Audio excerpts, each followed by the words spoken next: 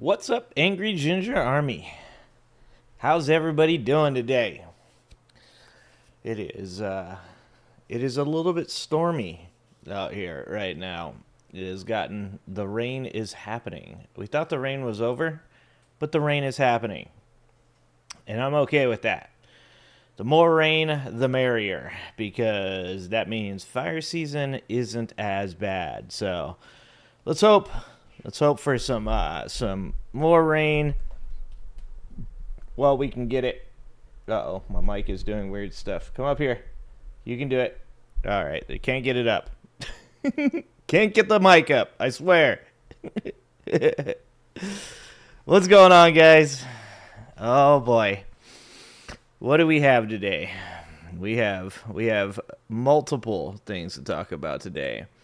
The continued legalization of crime in America, the deportation of children, specifically ones that were born here in America. Whew, man. Is there ever a day? Trump's fight against the Harvard and obviously the continued demoralization and demonetization of our education system. We've got other things. We got lots to talk about. Many things to talk about. But let's see who's in the chat first. Let's click the buttons. I always like to click this. It's always a fun surprise. All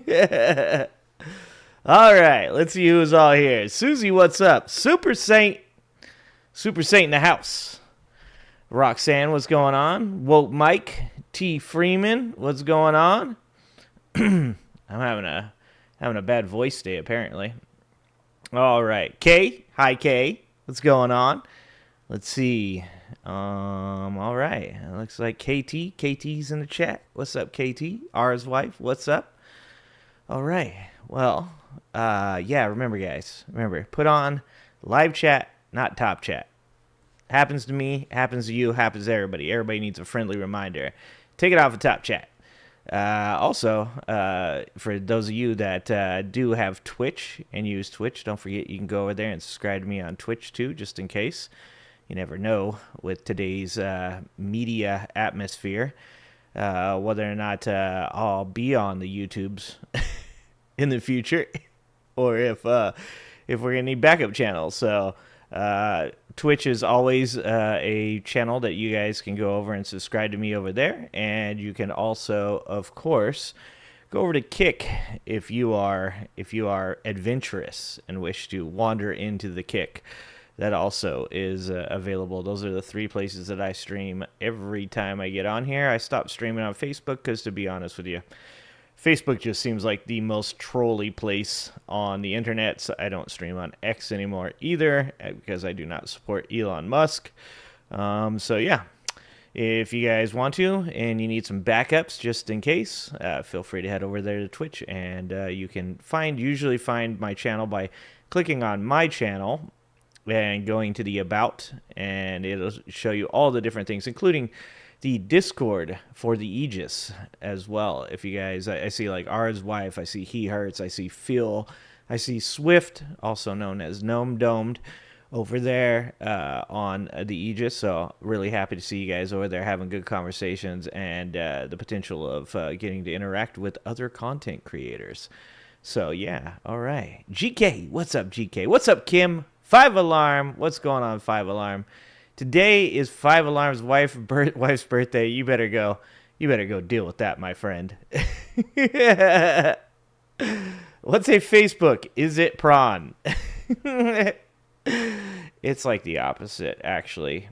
Facebook used to be like the wholesome one, right? Like Facebook used to be the one where like you go to see your friends and have your mother-in-law post things like, I'm not going to allow you to use my information. I have posted this meme that says you're not allowed to use my information by midnight tonight.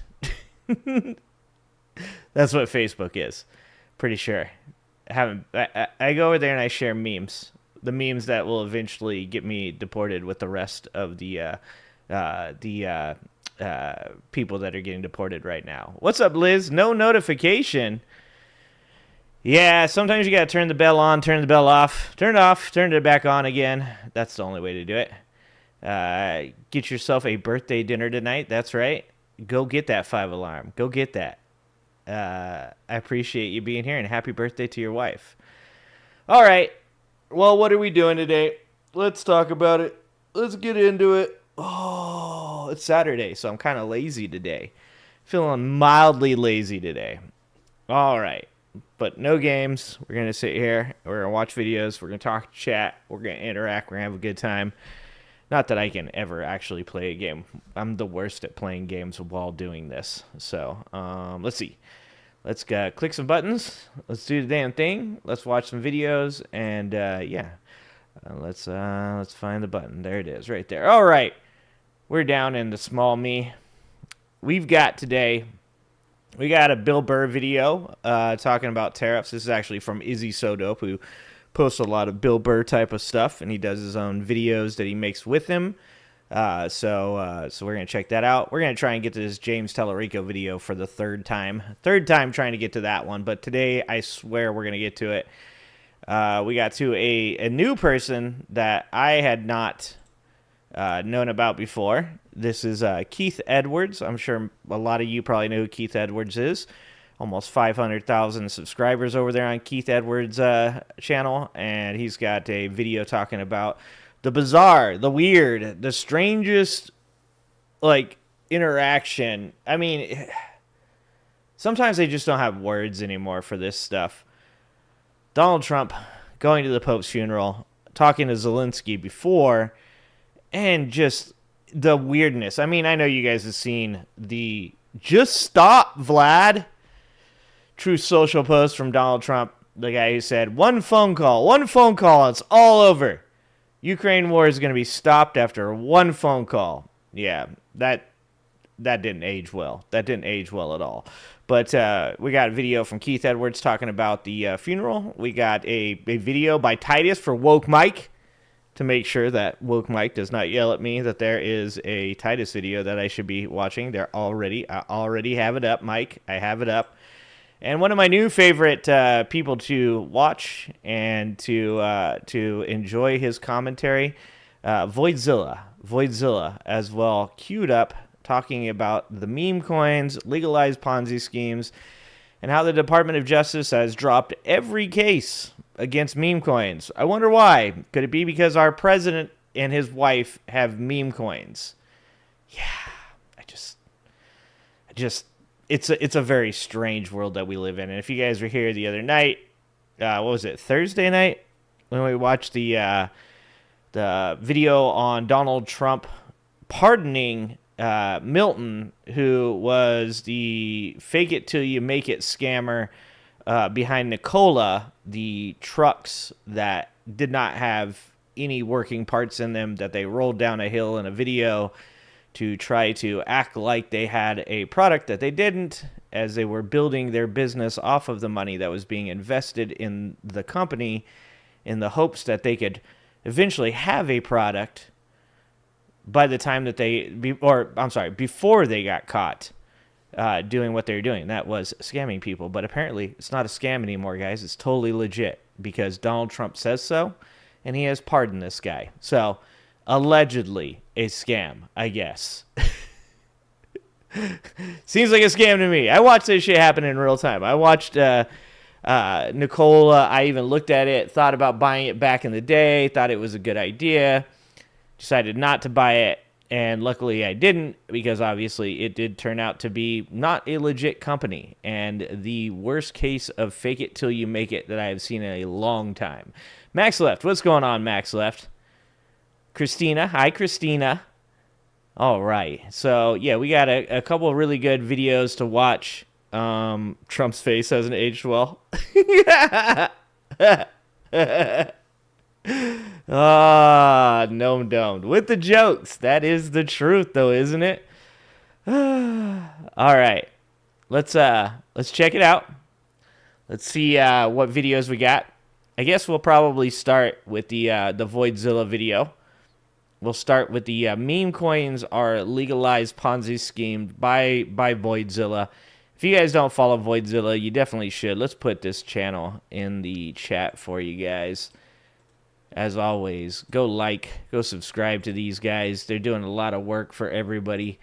And, you know, like I've said before, is if we're not supporting these people, if we're not subscribing, we're not liking, if we're not dropping comments in their videos, their voices aren't getting heard. And yeah, Voidzilla doesn't need a lot of help. You know, 415K views on this video, 843K subscribers, and even more over on his main channel, the CoffeeZilla channel. But yeah, it's important for us to continue to support these guys, as their voice is making all the difference in this insane period of history in the United States of America. So, go over there, subscribe, check out some videos, drop some comments for Voidzilla. Go check out his other channel, CoffeeZilla. Subscribe, drop some comments. All right, guys. No tickling. I'm actually not ticklish. My wife actually hates that. My wife hates that I'm not ticklish, but I'm not ticklish. I laugh at a lot of stuff, but I don't. Tickling me doesn't work. I don't have the nerves, I guess, for it.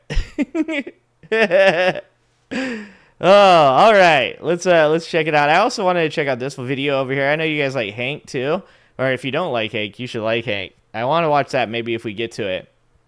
Hank's channel has Doge just ended nuclear in America, and it's about how these cuts in government programs end up having side effects that either people in the government don't understand these side effects, or potentially they do and don't care, or potentially do, and that's the plan, to, you know, dismantle the government from within and let everything fall apart. Either way, it's a really good video. We'll try to get to it if we can. Anyways, let's jump right into Voidzilla, and let's watch Voidzilla.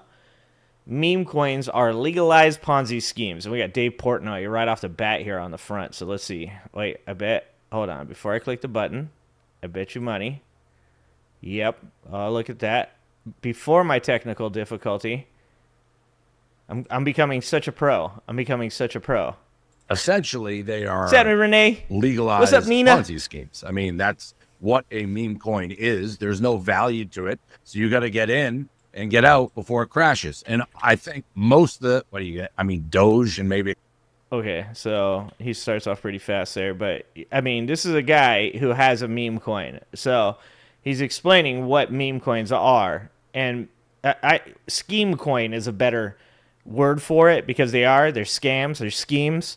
But here's a guy that makes money off of these things, telling you that they're a scam. Essentially, they are legalized Ponzi schemes. I mean, that's what a meme coin is. There's no value to it. So you got to get in and get out before it crashes. And I think most of the, Doge and maybe a couple others, but the true meme coins that people are doing on Pump Fund, like, it's the same general cycle every single time. It's called Pump Fund? As long as people know what they're getting into, but I don't have the secret sauce on what makes one go up. I know what makes mine go up. I tweet it. If I tweet it, they go bananas. But, you know, it's an interesting, crazy market, meme coins. You know, it is an interesting and crazy market when you get to be one of the guys tweeting about your coin and your coin goes up. Here we had Dave Portnoy admitting that meme coins, and this is something that he's engaged in, especially recently with multiple coins, tweeting about them, doing stuff like that. He admits they're basically legalized Ponzi schemes. I think he's totally correct. Say what you want about Dave. I really like his honesty. I mean, yeah, the guy, at least he's honest about just it. tells you what he thinks, and I really appreciate that about him, because people have been doing this copium about, oh, dude, I'm just a collector, man.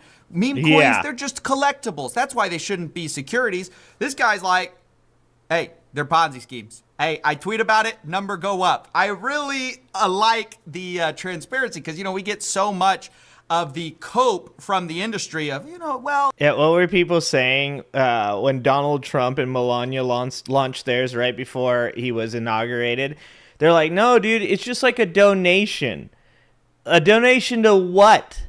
Like, that's the most insane cope, is to say that you are buying a coin from alleged billionaires to donate to them.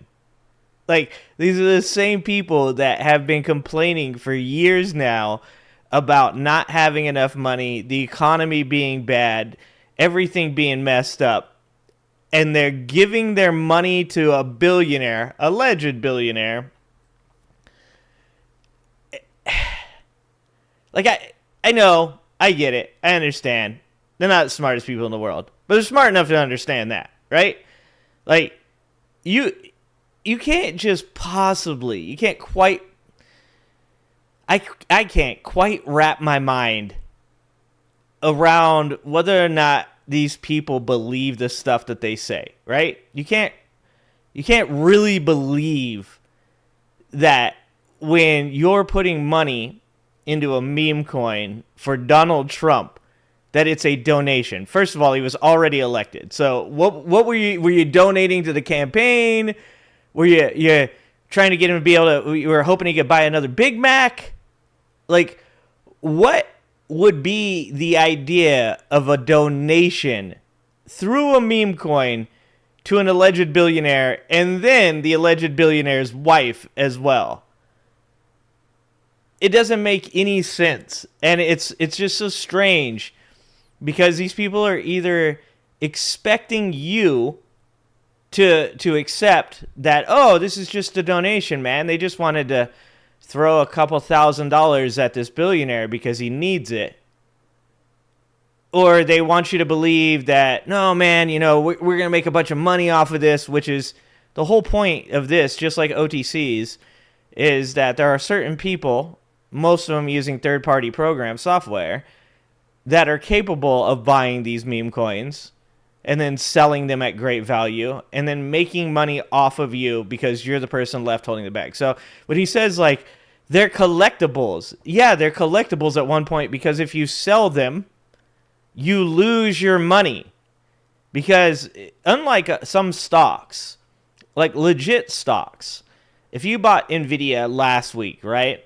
You bought it at probably like the lowest, I think it was, is like $90 or $95 a share.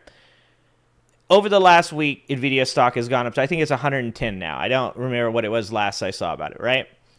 And let's say over the next week they get some bad news. And from that bad news, it drops to, let's say, $85, $90 again. Or let's say even less, $70, drops to $70. NVIDIA is a legit company.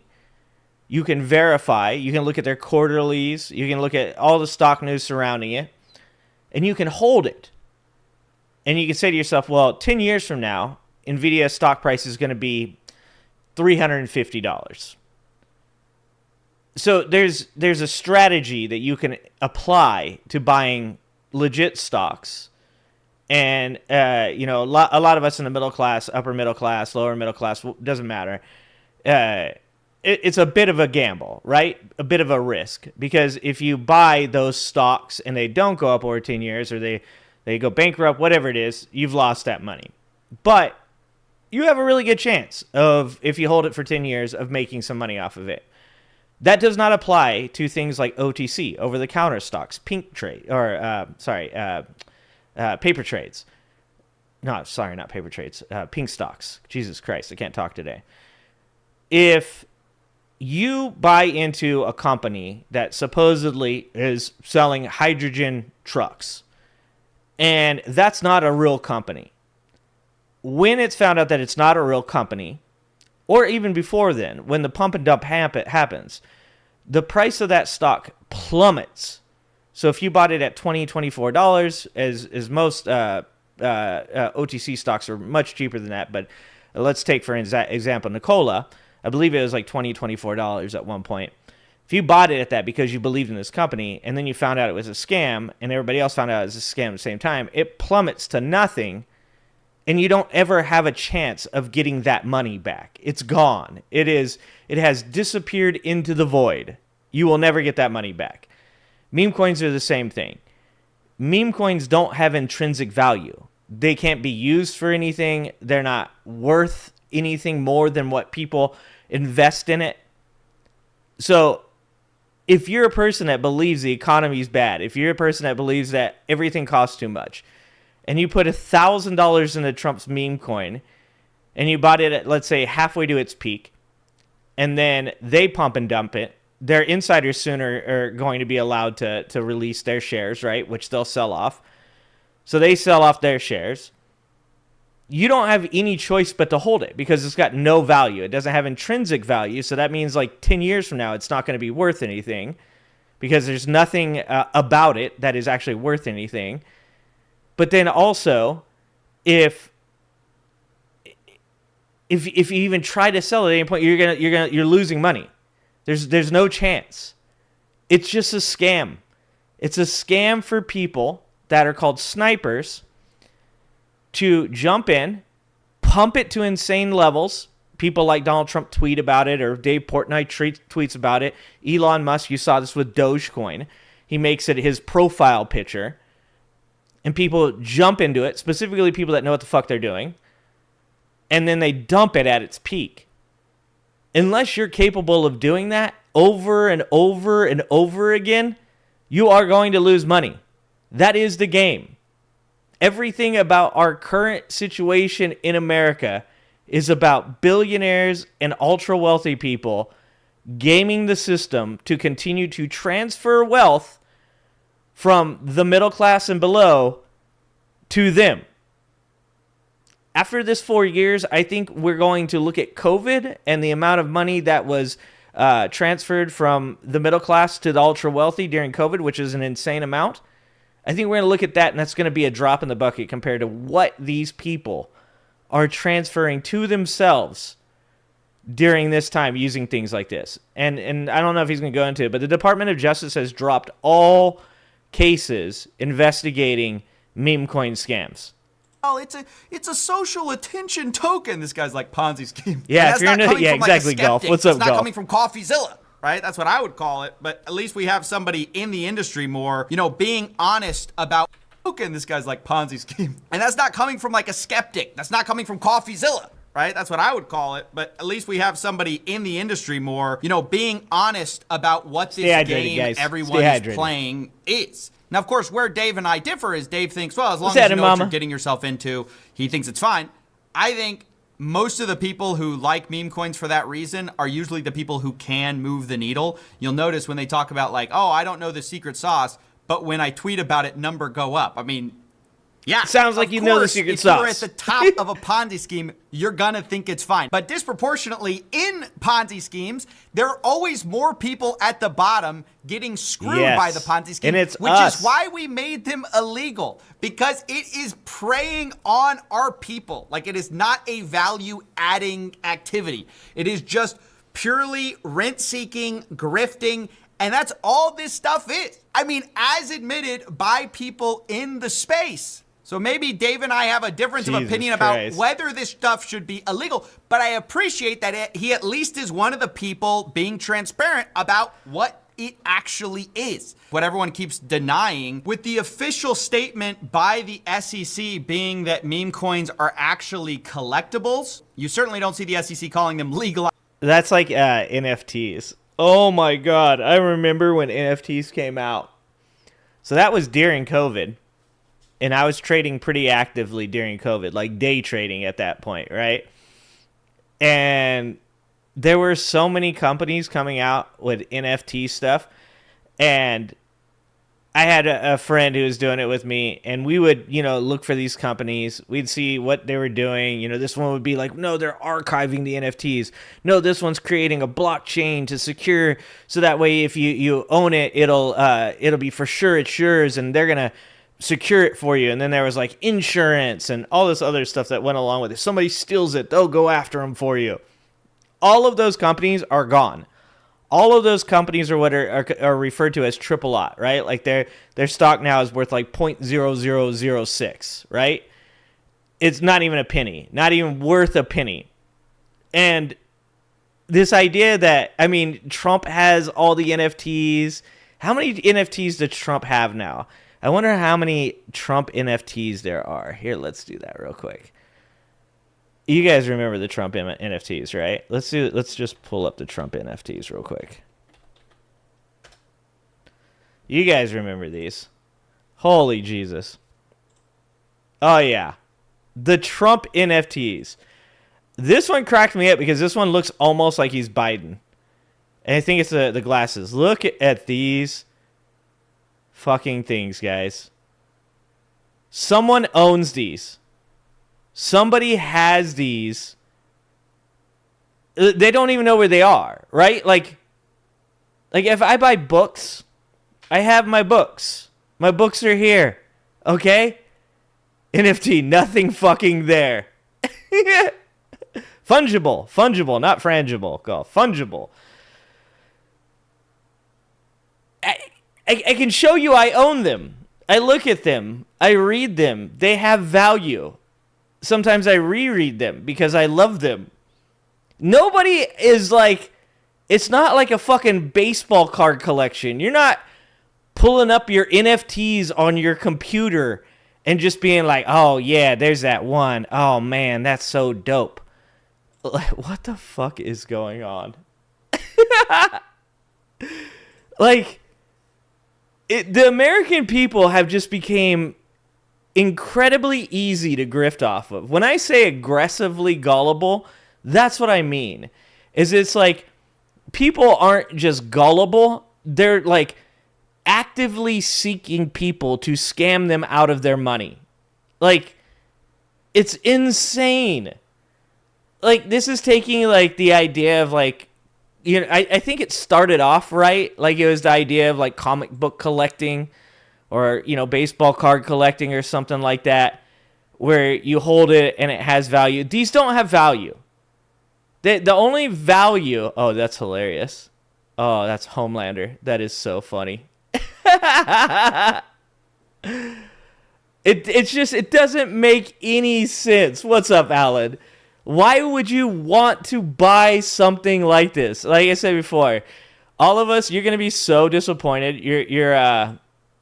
Your mom, your grandma, whatever, whoever Trump supporter is in your life, we all have one, right? Whoever it is in your life is going to pass away, all right? And you're going to be like, well, you know, super sad, tough time, really hard to deal with. Going to have to, like, you know, go through the whole will and all that stuff. And it's going to be like your sister gets the house, your brother gets the rights to the business. And then it's like, what did you get? You got mom's NFT collection. You got mom's Donald Trump NFT collection. Like, you can't even burn it.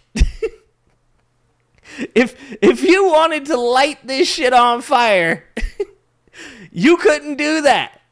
You don't even get the chance to like light it on fire. Let's go to the Donald Trump. I'm gonna get put on. Look at this. Only $99, guys. Only. Here, let's play this. I haven't watched this in a long time. Hello, everyone. This is your favorite president, Donald J. Trump, with some very exciting news. By popular demand, I'm doing a new series of Trump. He said popular demand. Ain't nobody asked for this shit. Nobody asked for this. So gay. Oh, what's up, Unknown? What's up, Perry? Oh. Yeah, exactly, KT. Exactly. And there's just something physical to having like comics and stuff. Like, I have some comics. I got a Max right here. The number one issue of the Max with the dual, right? The two covers. Like, there's something physical to having it and being able to look at it. It gives you some kind of joy. Can you imagine, like, when you decide for you wanna get a little dopamine release? You're like, hold on, I gotta go find my Donald Trump NFT file, and you just bring up your Donald.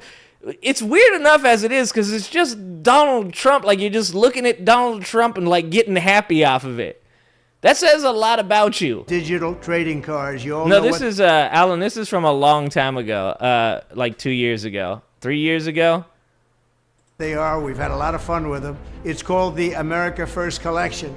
50 all new stunning digital trading cards. It's really something. Oh, these might be new ones. These cards show me dancing and even me. These ones show me dancing. Limited edition, 1 of 1. Limited edition, 1 of 1. Oh my God. Actually, I might be wrong, guys. I might be wrong. At one point in our history, if we ever get out of this bullshit, there might be a time where these things are worth money, right? Like, you know how not Yahtzee memorabilia is worth money, right? Like Yahtzee memorabilia, you guys know what I'm saying, not the game, the people. That shit's worth some money. I don't know. Maybe I'm wrong. Maybe at one point people are going to be like, remember that crazy ass old orange dude that got control of the American government and completely burned down their whole country? Remember he had those fucking digital cards, and somebody's going to be like, dude, I have one. And somebody's going to be like, bro, I'll give you like $100 for it. And somebody else is going to be like, I'll give you 150. And then it's just like go out of control. I could be wrong. One of one, guys. You're the only person that has the dancing Donald Trump NFT. Not like you could literally just create this shit with AI. You could just go to fucking one of these Mid-Journey or something and just be like, give me Donald Trump dancing with confetti behind him. For free. Some bitcoins. Here's Some the best bitcoins. part. I'm doing My favorite is how he says that. It's like George Bush saying the internets. Bitcoins. Bitcoins. 3 great things for my Trump digital card collectors. First, there's the real physical Yep, I might Trump be wrong, cards. Kay. I might be wrong. Purchase 15 or more of my Trump. Oh, they have physical cards. Oh, no. Dude, if I come in your house and we're having beers and you like get up to walk away and I'm just like fishing through your magazines on your table. People still have magazines on their table, right? Fishing through the magazines on your table and like I uncover like a whole deck of Donald Trump cards. I gotta go. Like that's like, oh, my wife it's her birthday. I'm pulling a 5 alarm. Okay. I'm like, it's my wife's birthday. I gotta get out. You just got here. Did you find my Trump cards? Trump digital trading cards, and we'll mail you a beautiful physical trading card. It's really, I think, quite something. Each physical trading card has an authentic piece of my suit that I wore for the presidential debate. Bro, that's all fake, dude. It's fake. They just cut up some blue cloth, attach that shit to a card, and they're like, these people will never know. And people are calling They'll it never the knockout ask. suit. I don't know about that, but that's what they're calling it. So we'll cut up Hold on, what? the knockout suit, and you're going to get The a piece knockout of it, and suit? we'll be randomly Oh autographing my 5 God, of them, dude. a true collector's item. This is something to give your family, your kids, your grandchildren. Number 2 is You guys remember when they used to have, was it like QVC? Or it was just like commercials, right? And it was like, buy the plate, the commemorative plate, right? Like that's what it used to be. Buy this Native American commemorative plate of the 40th anniversary of the Trail of Tears. And you're like, your grandma, she like couldn't resist. Your grandma had to have that plate. Like commemorative plates used to be a thing, right? Like this is what this is, right? to purchase 75 of my Trump That's why digital when we trading pick on cards. 5 Alarm is when And he's you not will here. also be invited to join me for a gala dinner at my beautiful country club in Jupiter, Florida. We really have tremendous dinners with my collectors. Have a lot of fun Dude, okay. Some Democrats gotta win this. We need a content creator on the left to win this shit. together. We're going to have a good time. The third thing we're doing for my Trump collectors is including a pair of my new Trump sneakers. No. When you buy 5 or more of my Trump digital trading cards. Remember, my gold sneakers. Dude, they're $500 for the sneakers, and it's $99 for a card. So if you buy 5 cards, you literally buy a pair of sneakers. I bet he has an overstock of sneakers, dude. The NFTs cost nothing to create. The sneakers are $500. They probably cost $16 on Wish, okay? But, dude, that's what China should do. China should make knockoff Trump stuff. They should make knockoff Make America Great Again stuff and sell it lower than Trump sells it. Like, even if it's at a loss, They should, like, if Trump hats are like $28, $29, even with tariffs, China should, like, reduce their pricing all the way down, even with the tariffs, to a point where they're cheaper than the Trump hats, so that way people buy the Chinese knockoff. And they went like crazy. Everybody's talking about them. They're still 75 talking about cards. That's people like went wild for 'em, and that's $8,000. good. They sold out in a matter of hours. So get my new Trump sneakers and don't miss out. Dude, at $100 a card, that's $7,500. These are people complaining about the economy. I'm keeping my Trump digital trading cards at the same price of $99 each. We've done that. Still only $99 for a fake-ass card. Right from the beginning. So go to collecttrumpcards.com. Yeah, I remember that, Alan. I do. You just need an email address. Kathy, yeah, I almost bought gold at 31, but I don't have enough money. Address and a credit I would have only got like a speck. card or crypto. You know, they call me the crypto president. Oh no! Do they? Do they call him that? Oh my God! He said, "You know, they call me the crypto president." Oh, the buffoonery is too much. It's too much. I don't know if that's true or not, but a lot of people. I don't know if that's true or not. I don't either, Donald. Oh my God, but a lot of people are saying that. People are saying that, so don't miss out. Go to collecttrumpcards.com. Go right now and collect your piece of American history. Let's have fun together and enjoy my Trump cards. We're going to have a lot of fun. We'll be talking about it for a long time. Thank you very much. Have a good time. Let the fight begin. Oh no. Oh, it's gone too far. How do we go back? How do we go back? We have gone way too far. We need to go back. And now I'm starting to sound like a conservative.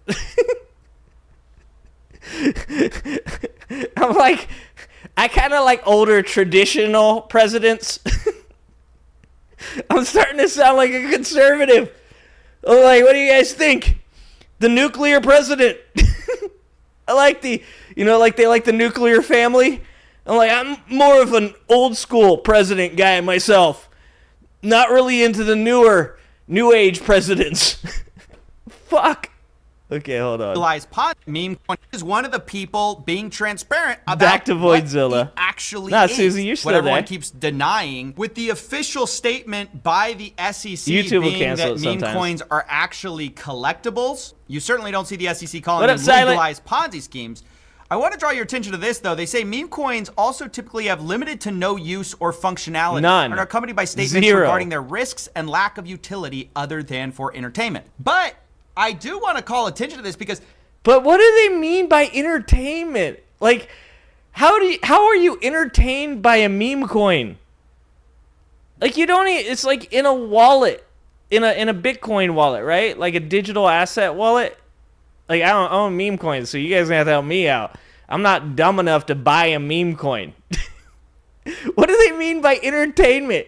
I mean, I'm pretty fucking entertained right now. Oh, maybe that's what I should start doing. I should just start watching people buy these meme coins and just like laughing, I guess, making fun of them. I don't know, trolling. How do you troll meme coin people? I don't know. I'm going to work on that. The lack of utility other than for entertainment. But I do want to call attention to this because the main meme coin that really cascaded all these changes, everyone Doge, acknowledges, right? was basically Trump coin, right? Like that obviously was the reason the rules changed, because the president launched his own coin that you can trade. With many, like myself, saying, well, the terms of service say this is not a political coin, there's no utility, there's no use to this. But I was like, well, if it's the president's coin, that seems like a pretty big deal, and not like it has no utility. But today... Susie, if you want to buy a membership, it's the plus button or the cash button. Is it the cash button? Yeah. So if you click the little symbol in the chat that has a dollar bill on it, you can click membership. Here, let's see. Let's see if I can give you one. I'm gonna buy my own memberships. Will allow me to do it. Can I buy stuff from my own channel? Can I super chat to myself? There you go. I don't know, Susie. Good luck. Good luck. Inspiration, thesis, Robin, MJ. Ah, damn it. Sorry, Susan. Sorry, Susie. I tried. I don't I don't know how this works. Does it take money out of my stuff and just put it right back into my stuff? Well, congratulations. I tried. We actually got an update on that because the website, not like if it's the president's coin, that seems like a pretty big deal, and not like it has no utility. But today, we actually got an update on that because the website Max, you was can definitely updated super chat to today yourself. with Yes. a new I can perk. too, apparently. Have I didn't know I dinner could. with President Trump, the most exclusive invitation in the world, only for the top 220 Trump meme coin holders. If you hold enough of his coin. By the way, the unlock is coming up. They did just push it back a little bit. Hold on, let's see. Let's see if we can figure out who has the most. I wonder if this is something that you can look up.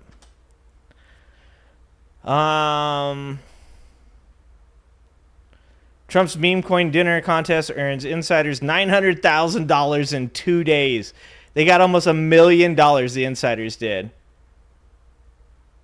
Oh my God. I wonder if is there anything that says? On Wednesday, a team behind the official Donald Trump meme coin sparked a trading frenzy after announcing that the investors who held the largest amount of the crypto coin in the coming weeks would be invited to a gala dinner attended by the U.S. president. Oh, I'm not allowed to read anymore, Wired? Okay, that's cool. No big deal. Apparently, I've read too many of theirs. I think it's just saying it's just whoever has it. Well, I know I can't read Wall Street Journal. They're not going to allow me to read theirs. Everybody's behind a paywall nowadays. Susie, you found it. Welcome. Welcome to the Angry Ginger Army again. Welcome back, my friend. Back in the green.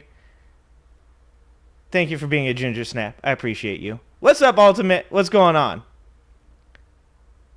Let's see. I just wonder who it is that owns it. Because you know it's going to be... They're going to be people that have tons of money, right? So it's not like Donald Trump's... Once again, it's a bunch of regular-ass people thinking they're going to get to meet Donald Trump. And the only people out of those 220 people, the main people, it's all going to be wealthy people, right?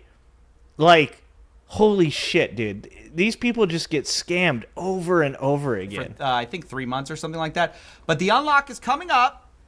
And so now, if you're a holder of this coin, you get to attend the dinner. Paywalls are why there's so many stupid people. I think there's even a perk 100%. for the top 25 What's up, holders He Hurts? as well. For those people, you'll get an exclusive reception before dinner.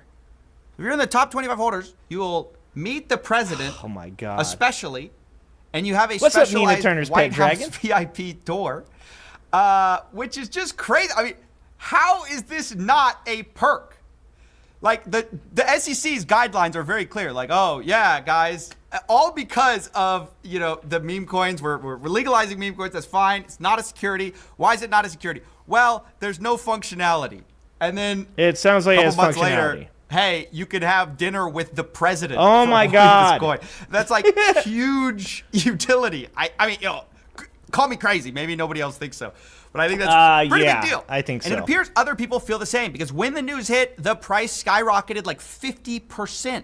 So all of a sudden, the coin's way up because now there's some utility to this coin where you can meet the president. Oh, so it hasn't unlocked yet for the insiders to sell, right? So all of these people that got shares before it launched, all the insiders, the value on their coin was getting lower So he's doing things to create some type of like perk or whatever it is, like he just did with the dinner. I bet there'll be more up until the point. So he's going to continue to gas people up on this coin and give away stuff until the insiders, their coins, their shares unlock, so that way they can sell them and make money. That's why they're saying that insiders made $900,000 in the last 2 days off of this, is because they haven't actually made the $900,000. It's just the value of the coins that they currently hold increased by that much. So he's trying to keep the value of the coin high enough so that way when his insiders are capable of selling, they'll sell it at that profit. Which, of course, by the way, when they sell at that profit, the dump is going to be insane. It's going to go to almost nothing. You're going to have everybody that wasn't aware that those insiders, that their shares unlocked, those people are going to be left holding the bag. Wow. That's 10%. So all of a sudden, wow, the that is way such a up pump and because dump, Max. Now there's some utility to this coin where you can meet the president. Oh, get Luigi up there. That's so insane. Luigi should use his GoFundMe to buy all the coins. Is people actually took advantage of this announcement as well, doing a special little front run, because some of the news got leaked on Twitter a little bit early. It looks like someone found the website before it was officially tweeted out. So somebody, before the tweet went live, they went ahead and spent $5 million front running the coin, and then sold the Trump. They bought $5 million, guys. Oh, this is what I'm saying. Like, you know, my stepbrother will come in and ask about Tesla stock every once in a while. Should you buy Tesla stock if it dips to $150? If it dips, not dicks, but also that too. If it dips to 150, does it make sense to buy it? And my whole point of view there is, well, how much money do you have to buy the stock? Because if it's $150, you're going to say if you have $3,000, you can buy 20 shares. So, yeah, you could double your money, but you're not going to get rich, right? And that's if it doubles. And then if you want to pull that money out without reinvesting, you're going to have to pay taxes on it. So, you know, first you got to have capital to buy it. Then you have to wait for it to hit the right peak and sell it off. And then you're going to get taxed on it unless you're going to reinvest it, which is the right thing to do, right? So it just doesn't make sense. And this is why I keep telling people when they say, oh, there's tons of ways to get wealthy, bro. Like, play the stock market. That's not how you get wealthy. Not normal-ass people that have jobs. Unless your whole thing is you, like, live in your mom's basement and they gave you, like, 10 grand to start your day trading. And even that's probably not enough because it takes so long to get good at day trading that you're going to lose the majority of that money before you ever, like, figure out what the fuck you're doing, right? Like, they spent $5 million on the coin before people knew it was going to jump. And you can't tell me that a dude that has $5 million to buy meme coins doesn't have some type of insider knowledge. No one just does that. No one just does that. Warren Buffett doesn't just do that. Trump coin Warren Buffett doesn't buy meme coins. On Twitter a little bit early, it looks like someone found the website before it was officially tweeted out. So somebody, before the tweet went live, they went ahead and spent $5 million front running the coin, and then sold the Trump coin immediately after the announcement for about $700,000 of profit within about roughly 30 minutes. So, you know, that's great that could happen too. More utility for those of you who've been wondering what is the utility of this coin. I see all the people who are mocking our president saying this is ridiculous, selling something with no functionality. Actually, guys, huge functionality. I don't know what that means for the SEC. I think they got to change the rules again. I mean, I don't think these rules can stand with what the president's doing. I think we gotta make sure we bend over backwards to make sure that he's not breaking the SEC guidelines. Got to make sure that's not happening. But yeah, I would say this announcement from February 27, 2025 is definitely out of date. You've got to say meme coins typically have limited or no use or functionality except for when the president does it, right? Because when the president does it, it's completely What up, different. Pep Talks? So I did think it was funny, the contrasting of the two little announcements today, the two drops. You have Dave Portnoy. He says they're legalized Ponzi schemes. And on the other side, you've got a meme coin where if you hold enough of it, You can go to the White House and meet the president. So, wow. I'm sure there's no special favors or anything that are going to be exchanged there. That totally wouldn't happen. Of course not. There's no functionality like that in the coin. That would never happen. You have to be a conspiracy theorist to believe something crazy like that could happen. Instead, all you're promised is at this intimate private dinner, hear firsthand President Trump talk about the future of crypto. Now, bro, he's going to give people insider information. Oh my God. It just gets crazier and crazier. It's like, so you've got 220 people that have enough money to hold the most of Trump's meme coins. And then what they say, 25 of you get to go to the dinner where he talks, right? So the 25 wealthiest Trump meme coin holders are going to get to sit in a dinner with Donald Trump where he tells them what the future of his policy on crypto is going to be. We all know how Donald Trump talks. Donald Trump's going to be like, so Solana coin, it's kind of a big deal. There's a lot of people out there probably going to want to buy those. Be a good time to buy. Right now, if you were in the Solana coin, it would be a good time to be in that right there. Oh my God. The transfer of wealth, I know that as a whole, it's always been kind of just we've understood that the wealth gap will continue to get larger and larger, right? There's nothing stopping the wealth gap. It's just getting worse and worse by the day. But Donald Trump now has put it on steroids. He has taken the wealth gap and he's like, what if we gave it steroids? What if, there's a lot of money in the top 5%. What if there was more?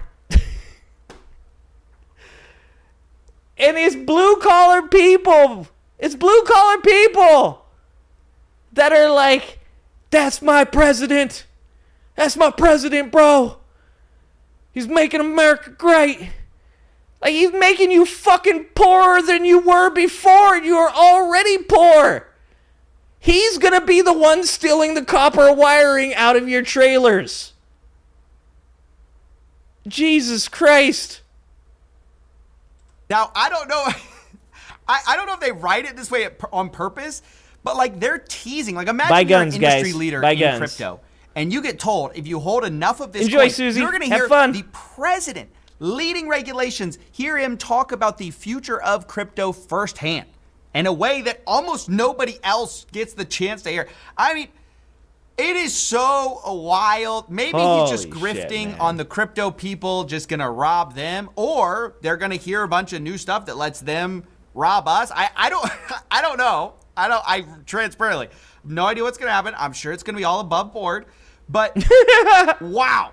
The sarcasm. I don't even know what to say every time I see these updates. I'm just stunned. That's what I'm wonder, saying. When you're thinking about this coin now as an investor, let's say you're trying to think about this coin, how do you price it? You've got to speculate maybe Trump's going to give another dinner, right? And so when people are thinking of selling this coin, because this coin has basically been down only, but now people are going to have to price in the fact that randomly it may get these new perks, this new utility. It's just like what he's doing with the stock market right now. It's spot on the same thing as what he's doing with the stock market right now. For being, the president's nice, coin, mama. as we've said this entire time, it's what up, just Mitchell? Bonkers, man. It is insane. And by the way, if you're wondering what it's going to take to get the top spots, in this, for the private reception, these are the top holders of the Trump coin. Mike, currently, the number one holder buddy. has 400,000 Trump, which is worth about $5.57 million for the top spot right now at the dinner. Hold on. What? Hold on. Back.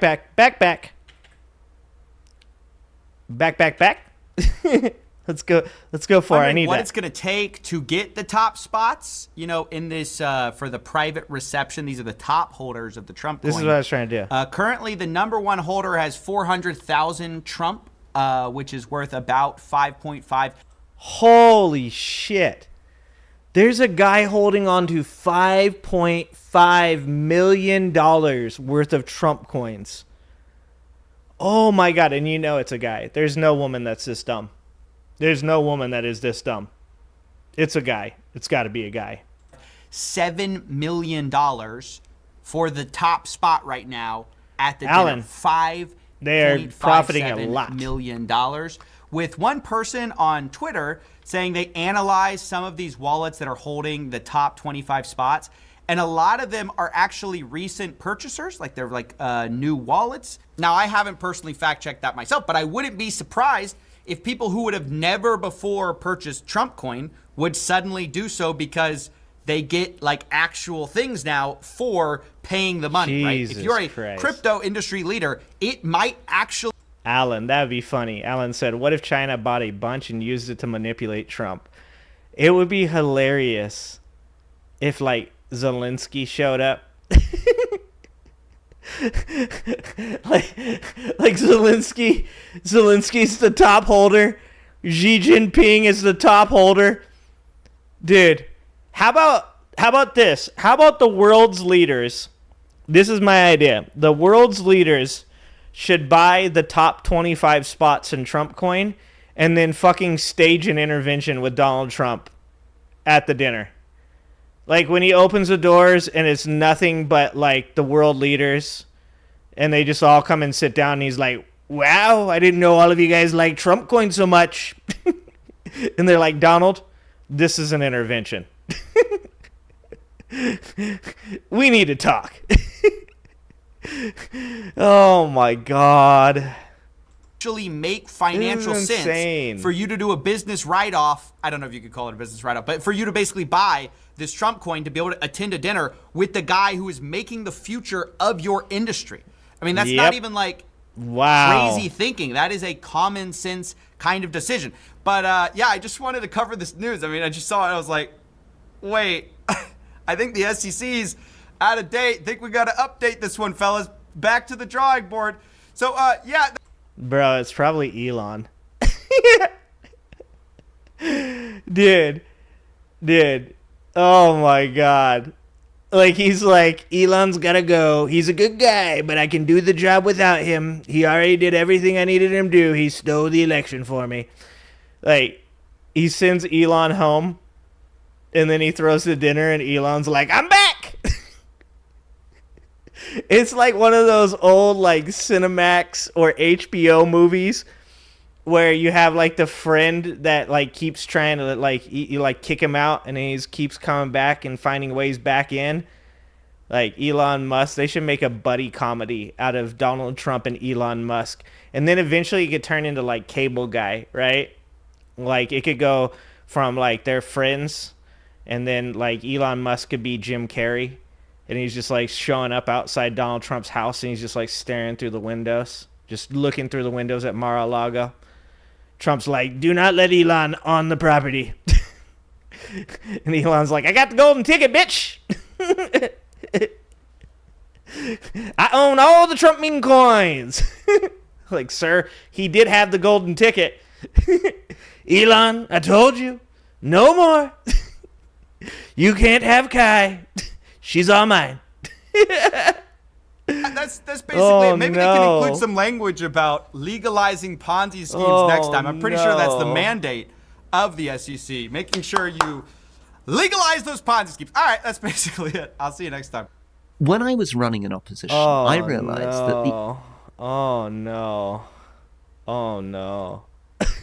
No, Trump. Sell meme coin. No, Trump. No sell meme coin. Oh my God. We went from you're not allowed to profit off the presidency to there is no way you can stop this man from profiting off the presidency. God, don't you love all the Trump supporter people that were like, he gave up so much money to be the president of the United States to save our country. He saved our country at his own. It was a negative. He risked it all for us. You don't understand. He's losing money to be the president of the United States of America because he loves us. You guys are just TDS. Holy shit, dude. Oh my God. This is his wildest dreams have came true. His wildest dreams have came true. In the first presidency, he had a bunch of people around him, right? He had all those people around him in the first presidency that were like, hey, yeah, like, we shouldn't do some of these things because, like, that will get us all in trouble. We probably shouldn't do that. And now there's nothing but people around him that are like, yeah, let's make some money. Sounds great. Sounds good. Let's do it. Pete's currently drunk text messaging people about the Houthis. We could probably get him to send some insider trading information on the same app if you guys wanted him to. You want Pete to let his wife know about the meme coin? Meanwhile, fucking Elon Musk is taking home a server full of our information. And then if he didn't get your information, if he didn't get enough of your information, you're going to have Palantir now involved in data mining Americans' personal information. It's insane. This is out of this fucking world crazy. Jesus Christ. What a Pinkerbell. What's going on? All right. This one's from Mike. We got Christopher Titus, Trump versus Harvard.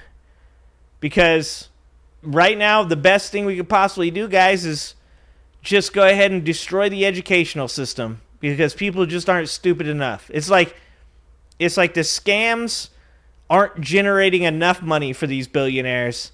Let's destroy the educational system so that way people can get stupider. So that way they can be even easier to convince to join Ponzi schemes. Oh my God. All right, let's watch Titus.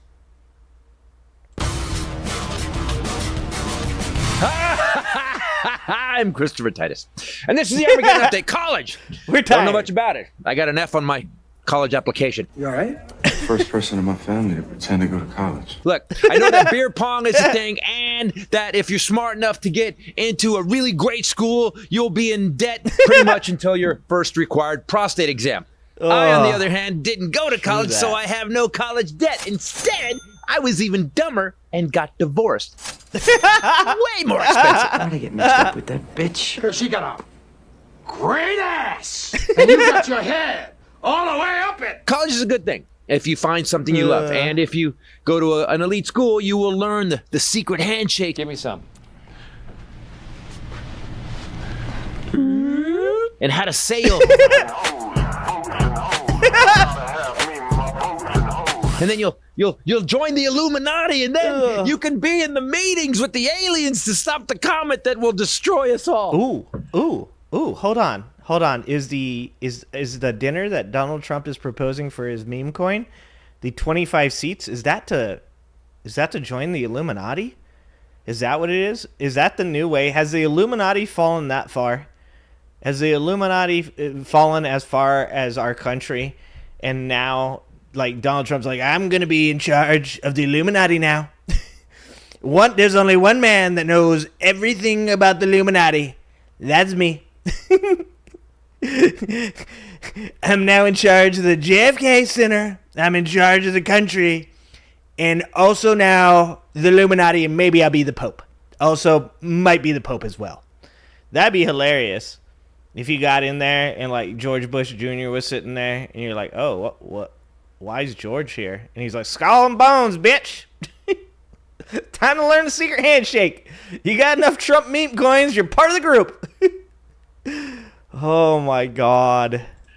I'm looking big. And then you'll join the Illuminati, and then you can be in the meetings with the aliens to stop the comet that will destroy us all. Mama, no. I'm looking at you, Harvard. The best of the best. Well, Harvard University was sent a letter by this man, who in a million on years accident, by the way, get into Harvard University. I mean, he would have been stopped at the gate, strip searched, and sent to a community college in Springfield to interview for a job as the janitor. So, due to the fact that Harvard is the learning center of our country and has produced presidents, didn't they accidentally send them that email too?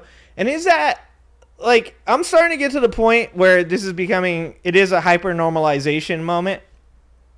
It seems as though this is a hyper-normalization moment, at least, where there's accidental chats, accidental emails, leaks. Like, it feels like at this point, all these leaks and accidental emails and letters being sent to people is just them saying, this shit's going to be happening, and we're going to do it in front of your face, so get used to it.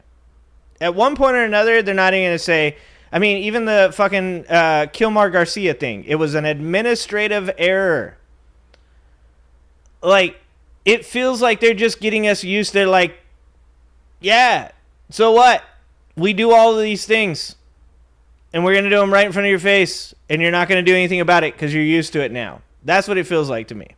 John Adams Harfield to interview for a job as the janitor. That's what I'm saying, KT. Due to the fact that Harvard is the learning center of our country and has produced presidents John Adams, John Quincy Adams, Rutherford B. Hayes, who? Shut up, Theodore Roosevelt, Franklin D. Roosevelt, John F. Kennedy, Barack Obama, and George W. Bush. Nobody's perfect. Look, Harvard was told by Sweet Potato Hitler and the minions that Harvard needed to change their curriculum. And Harvard needed to start teaching about stuff that these guys care about, Jewish space lasers, and how horse dewormer cures AIDS, and that AIDS was a hoax sent to us from the gay dolphins that are lying about climate change, which doesn't exist. Get on that, Harvard. Change your curriculum or lose your money. And I think I'm going to name my fantasy football team this season Gay Dolphins that talk about climate change. That might be too long. We're going to have to shorten that. We have to think of that. Gay Dolphins for climate change? Gay Dolphins for climate change? Oh no. We'll think about that. We'll work on that. But that's a winner right there. That's a winner. It was a hoax sent to us from the gay dolphins that are lying about climate change, which doesn't exist. Get on that, Harvard. Change your curriculum or lose your money. And Harvard lying said, gay dolphins? I'm working on it. Yesterday, Harvard listed the Department of Education, Department of Justice, General Services Administration, the Department of Energy, the National Science Foundation, Department of Defense, National Aeronautics and Space Administration, the HHS, and the National Institute of Health as defendants in a lawsuit. Harvard sued Robert F. Kennedy Jr., Pam Bondi, Lisa McMahon, and Peter, I'm not an alcoholic, but I play one in the Pentagon, Hegseth. All these dingleberries are being called. Dude, he's really enjoying that bottle. How far you think he gets that bottle into his mouth? I'm betting he gets it down to the label. Oh, yeah. Oh, no. You think Pete Hegseth does that? Like, that's a party trick? Like, Pete's like, look, I can get this whole bottle all the way down to the label. Look at this shit. Him and Kanye probably hang out. Him, Kanye, and Kanye's cousin, I bet. Called out by playing in the Robert F. Kennedy Jr., Pam Bondi, Lisa McMahon, and Peter. Stonewall I'm Dolphins. not an alcoholic, Nice. but I play one in the Pentagon, Hegseth. All these dingleberries are being called out by Gay Harvard. climate dolphins. And just so you know, people, Harvard University is one of the world's oldest and most exclusive and spectacular brain farms on the planet. And sure, they produce a dipshit once in a while, but who doesn't? Some dipshits whose daddies paid to get them in, but because this douche didn't get in, even if his daddy paid, we know Harvard has some standards. Some students from Harvard, Oppenheimer, FDR, Teddy Roosevelt, Ruth Bader Ginsburg, Michelle Obama, Colin Jost, and Conan O'Brien. And then these twats too. So it's not all greatness. However, when it comes to excellence, Harvard has the best medical school. They invented anesthesia, which I still can't even spell. Anesthesia? The smallpox vaccine, the electrocardiograph, cancer research. They're leading it. They're first detected syphilis, which means the girls at Harvard really put out. Heart valve surgery and the first pap smear, because again, Harvard girls will do the nasty as long as it's on a yacht. They invented the MRI. They helped stop AIDS. They invented gene therapy, and on and on and on. And as much as it annoys me, Harvard, which has been here since 1636, 1 year after the Titus family got here. And what bothers me is none of us ever got in. I told you they have standards. But you know what else Harvard has? A law school. One of the most prestigious on the planet. It is the oldest continuously operating. That's what I was thinking as I was like, out of everybody that you could mess with, is that a good idea to fuck with Harvard? I know that the like brain dead like conservative point of view is Harvard's full of bunch of idiots. What was it when fucking Elon Musk was calling Peter Navarro Peter Retardo, which like 10-year-old me is like, okay, that's the only part of me that's like, to that joke, okay. But when he was making fun of Peter Navarro, he was saying, you know, he's from Harvard and there's always a Harvard guy at the middle of every mess or whatever. So I understand that the conservative point of view is that Harvard's full of dumb people, but you have to, at some point or another, recognize the smell of your own bullshit, right? It's like if I don't like, let's think of something, Colby Covington, or even better, Sean Strickland, because Sean Strickland's always beating up fucking YouTube influencers. So he's a great guy to use as an example. So I can sit around and say dumb shit about Sean Strickland. Oh, he's not even that good of a fighter. Oh, he's an ex-neo-Nazi. He's a shitty person, and he can't fight. Like, he's going to get his ass whooped. He's not even a good fighter. All that stuff, right? I can say all of those things. But I have to be able to smell my own bullshit, right? And I have to be able to say, like, the dude was the former middleweight champion. The dude did beat Israel Adesanya, right? One of the greatest middleweight champions that the UFC has ever seen. You have to be able to smell your own bullshit. And when it comes down to it, if you said to me, oh, do you think Sean Strickland's that bad of a fighter? Why don't you get in the ring? Why don't you fight him? I'd be like, that would be stupid. I don't need a concussion. I'm too old for that shit, okay? I need at least 3/4 of my brain function, and I'm probably at 80% right now. So I only got about 5% to lose, okay? So I think I'm going to step out. And if they said, well, doesn't that mean it would be a bad idea to fuck with Sean Strickland? I'd be like, you're probably right. That's actually a good call. This is the same thing. You're fucking with Harvard. They have a law school that is known for being one of the best. Do you think that they're just going to be like, oh, you know, Donald Trump, he's such a bully. I guess we'll just have to back down from Donald. No, they're going to fight this. And just like everything else in this administration, it's going to end in embarrassment. There is not a single thing that has happened so far that has made us look good. Nothing. Nada. The only thing that we have gotten so far is Donald Trump saying things like, Xi Jinping has been calling me all times. It's like middle of the night and Xi Jinping's ringing me up on the cell phone, hitting me up on the Snapchat. He's like, Donald, I need to do a trade deal with you so bad right now. Like, that's all we get. We haven't got a goddamn thing. It's like, you know, like, no, dude, they're going to give us money. Oh, are they? When everything inflates to fucking ungodly amounts of money to purchase, are they going to give us money then? Because that's not a W. Causing America to lose all of its trade fucking capital in the world and then giving you $5,000 is not a W. You should talk to somebody at Harvard about it. We haven't gotten... Look, I know it's only been 3 months, but it's been a long fucking 3 months, okay? Nothing. The closest thing to a W that we have had from this administration so far was them talking about putting AI in the K through 12. And even that they're going to fuck up, right? they're going to fuck that up too. Because they don't know what the fuck they're doing. Everything that they do, even if it sounds like, well, okay, that might not be that bad, they come out and they do it, and you're like, God damn it, man. That's how you chose to do this? This administration is like sub 70 IQ. Like, we're talking like 100% could have been on an IEP for sure. Our entire government needs an IEP.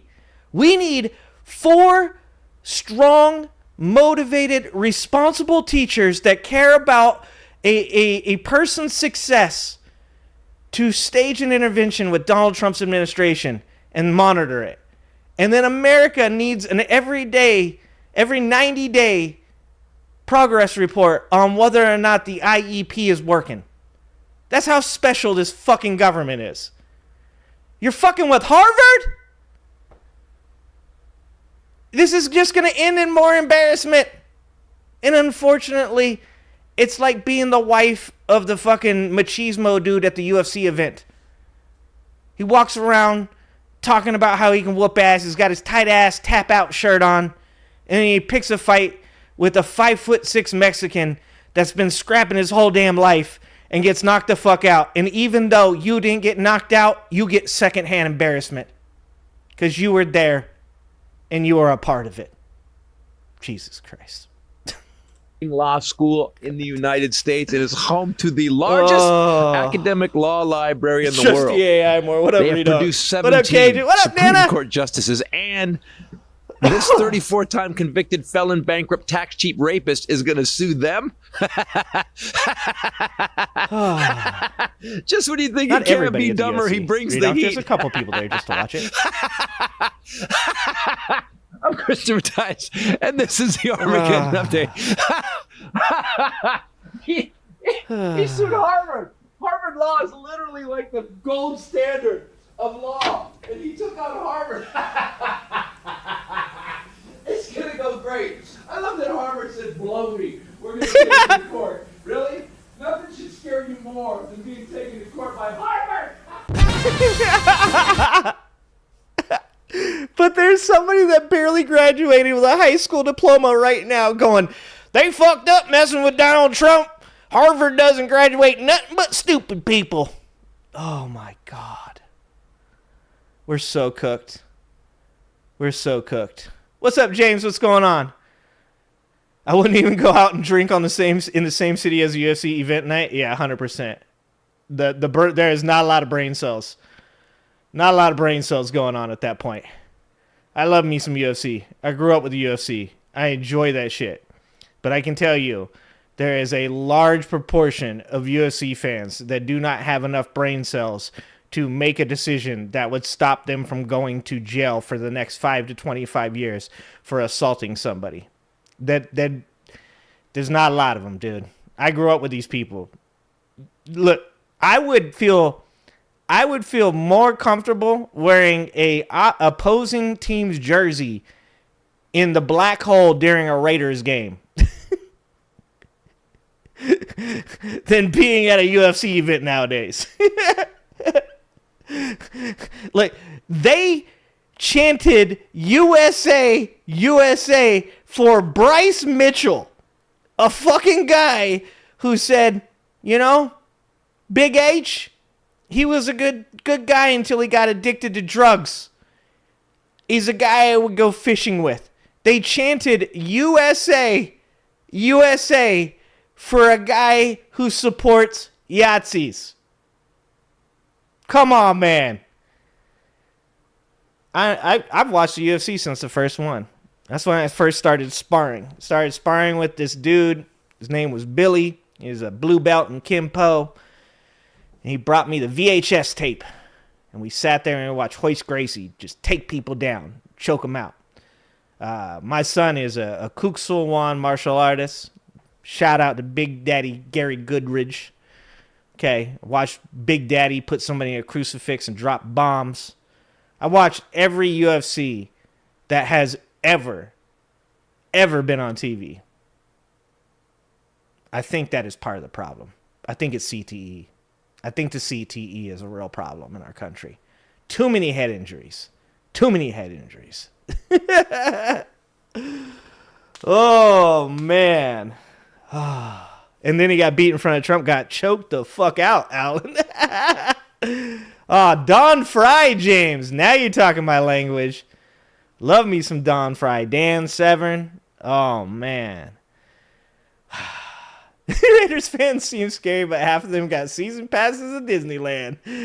Oh, good times. Good times.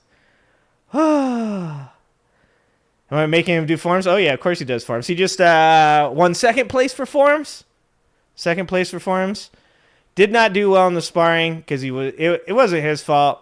I'm not going to make excuses for him, but he took fourth in the sparring because, we were there. He is supposed to go at 11:45. He was supposed to spar and everything, and he didn't spar until like 2:30 or almost 3. So he sat around for a long time. And I think that might have messed him up because he's hands down like top 2 sparring in his class. Like that kid's got head kicks that are beautiful. I mean, if people weren't such fucking weirdos on the internet, not you guys, but other people that potentially could use it, I'd share the video of him dropping a head kick and sparring. Like it is a beautiful, beautiful head kick. And I taught him how to question mark kick, and he has a beautiful question mark kick too. Right now I'm trying to teach him this kick. It's you drop to the right and then bring it back like a crescent kick, comes out and up. Oh, it's a pretty kick. It's a very pretty kick. Oh, you taught Kempo? Nice, Mitchell. Nice. Does he not like hitting kids? Who, my kid? Oh, no, my kid walks around talking about, I kick people in the head. And I'm like, dude, those are your buddies. Like, we don't talk like that. We talk like that about the people that we're going to spar with in the tournament. Because fear. Enemy Within, thank you for the $5. And thank you for being here. We got Enemy Within and Naughty Nana Does in the chat today. We brought the celebrities. Thanks for being here, guys. I appreciate you guys being here. And thank you for the $5. You guys, if you guys don't know, if you don't know about Enemy Within, if you don't know about Naughty Nana Does, you better go check out those channels. Better go click and check out some of those videos. Those are big voices. Naughty Nana doing it from Canada. All right? Enemy Within right here in America. So go check those guys out. Krav Maga, horrible waste of time. Really? I've always heard good things about Krav Maga. Do kids still tetherball? Oh, I don't think kids go outside anymore. I don't think so. All right. Speaking of, here's a new guy that not new to me. Here's a guy I just found some of his videos and I really like his videos. So here you go. Let's put his channel in the chat. There you go. Go check out Keith Edwards. Super dope. I watched. I think it was like a live stream cut up. I paused this on like the worst possible time for poor Keith here. Sorry, Keith. I'm sorry, dude. There you go. That's better. Oh, that's actually just more intense, to be honest. Now I feel like Keith is staring into my soul. Okay, we can just go like this for a minute. This is Keith Edwards. I just found some of his stuff. Seems like a really good dude. Seems really smart. Super funny. Very good quality videos. Got about 500,000 subscribers, so go check him out. Make sure to like, subscribe, leave some comments on his videos. Show some love, guys. All right, let's check this out. This video is called Trump Disrespects Pope with Bizarre Look at Funeral. Now, I've heard about this, but I have not looked. I've only looked at a couple different things, and most of it was Biden going to the funeral and shaking hands. So I haven't looked at anything to do with Trump. I saw that Trump went and talked to Zelensky beforehand, and then he tweeted out, "Stop," to Vladimir Putin. You think he's going to tweet "stop" at Harvard? Harvard's going to sue his ass, and Donald Trump's going to be like, "Harvard, stop." Dude, it's such a weird world that we live in. Why is it so dumb? Why is this so dumb? Why is the president of the United States tweeting at a fucking straight up dictator KGB agent? Stop. He said stop. Oh, man. What the fuck? Harvard sues Donald Trump. Donald Trump responds with, stop! Like, can we, like, you remember when people were like, Biden has lost us respect on the world stage.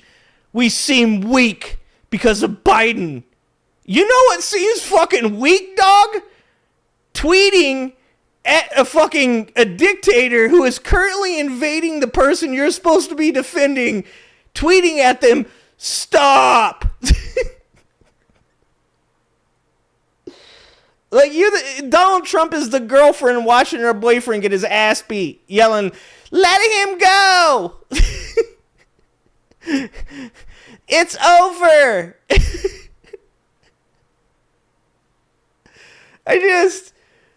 I don't understand Trump supporters. I can't get into their heads. Like, they don't live in the same reality that I do. Like, you gonna tell me that that's what's getting us respect, dog? The fucking president of the United States tweeting, stop! That's what's gonna get us respect, like Xi Jinping is fucking shaking in his boots over there? Fuck. Oh, man. Oh, so strong. So strong. Biden was looking good.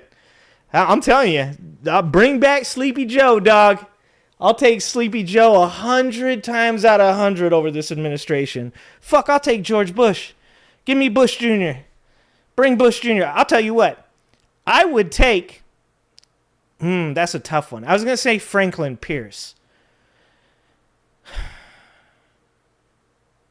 Would I take Franklin Pierce over Donald Trump? Damn, that's a tough one. That's a coin flip, to be honest with you. I take Rutherford B. Hayes. I take Hayes. George Sr. I take George Sr. Reagan. I take Reagan over Trump. 100%. Give me fucking Reagan, okay? Bring him on back. I would take Reagan over Trump. Let's see. Is there anybody... Other than Franklin Pierce, Pierce is probably the only person that I'm having a hard time with right now. That's a coin flip. That's a coin flip. I don't know. All right. Let's get back to it. What up, Stan? What's going on? All right, we can bring Biden back if he can beat Trump at 18 holes of golf. I want to see that happen, Troy, because I'm not sure who wins that, because I don't think Donald Trump's as good at golf as he claims. Now, he plays a lot. But I know a lot of old-ass men that play golf all the fucking time that suck at it. So, I don't know. I want to see that matchup. In fact, it could help us out in America. I'm not saying let's have the presidency on the line, but let's just make these two motherfuckers walk 18 holes, like straight, no breaks. And fucking maybe, if Lord willing, we have a special election. That's all I'm saying. You hear me? You hear me up there? All white people golf. Come on, Redonk. Come on. All old white men golf. How dare you? All right. This is Keith Edwards. Trump disrespects Pope with bizarre look at funeral. Let's watch this. Donald Trump is currently at the Pope's funeral, where he has made multiple blunders and honestly disrespected the tradition.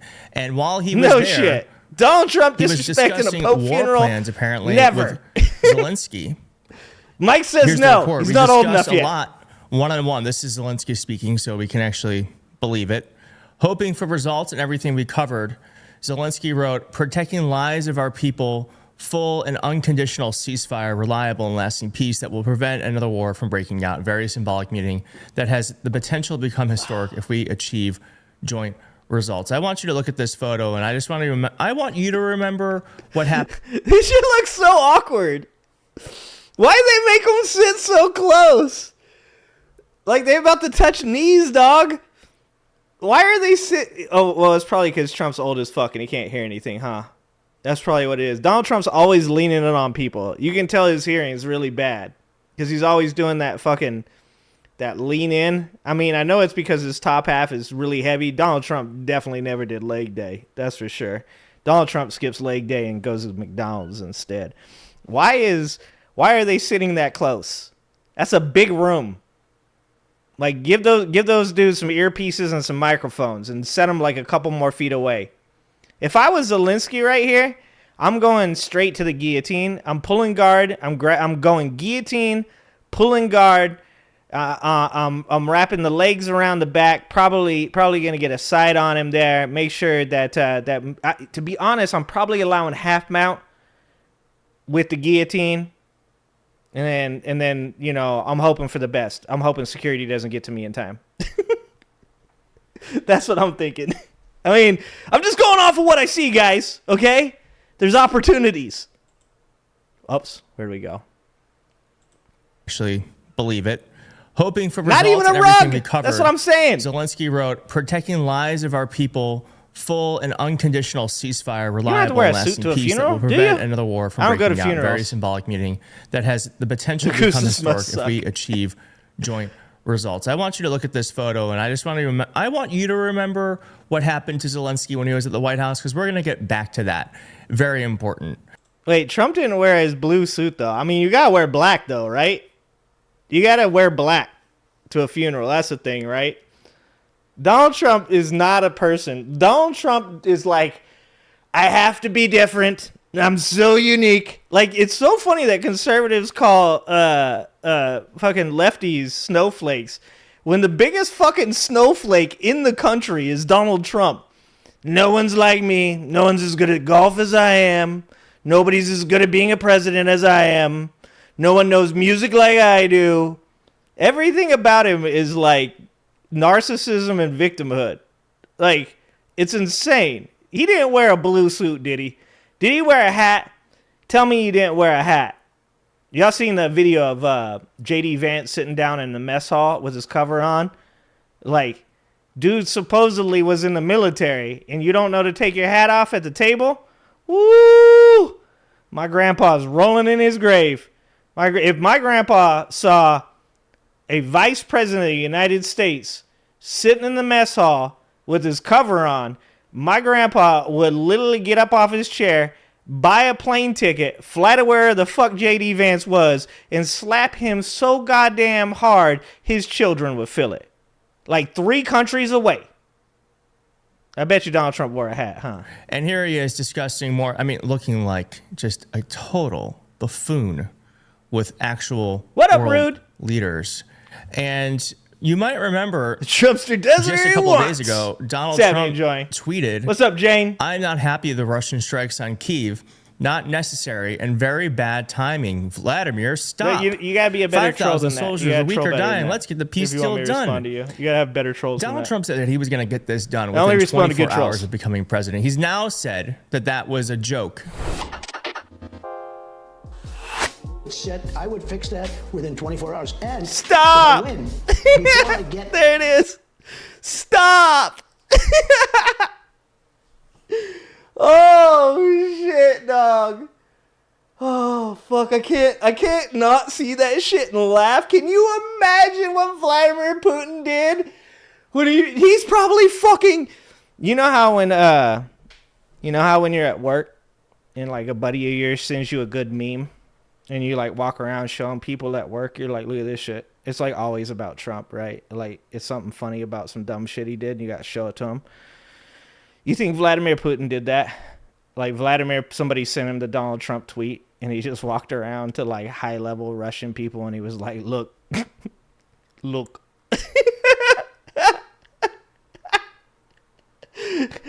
Oh shit. Stop.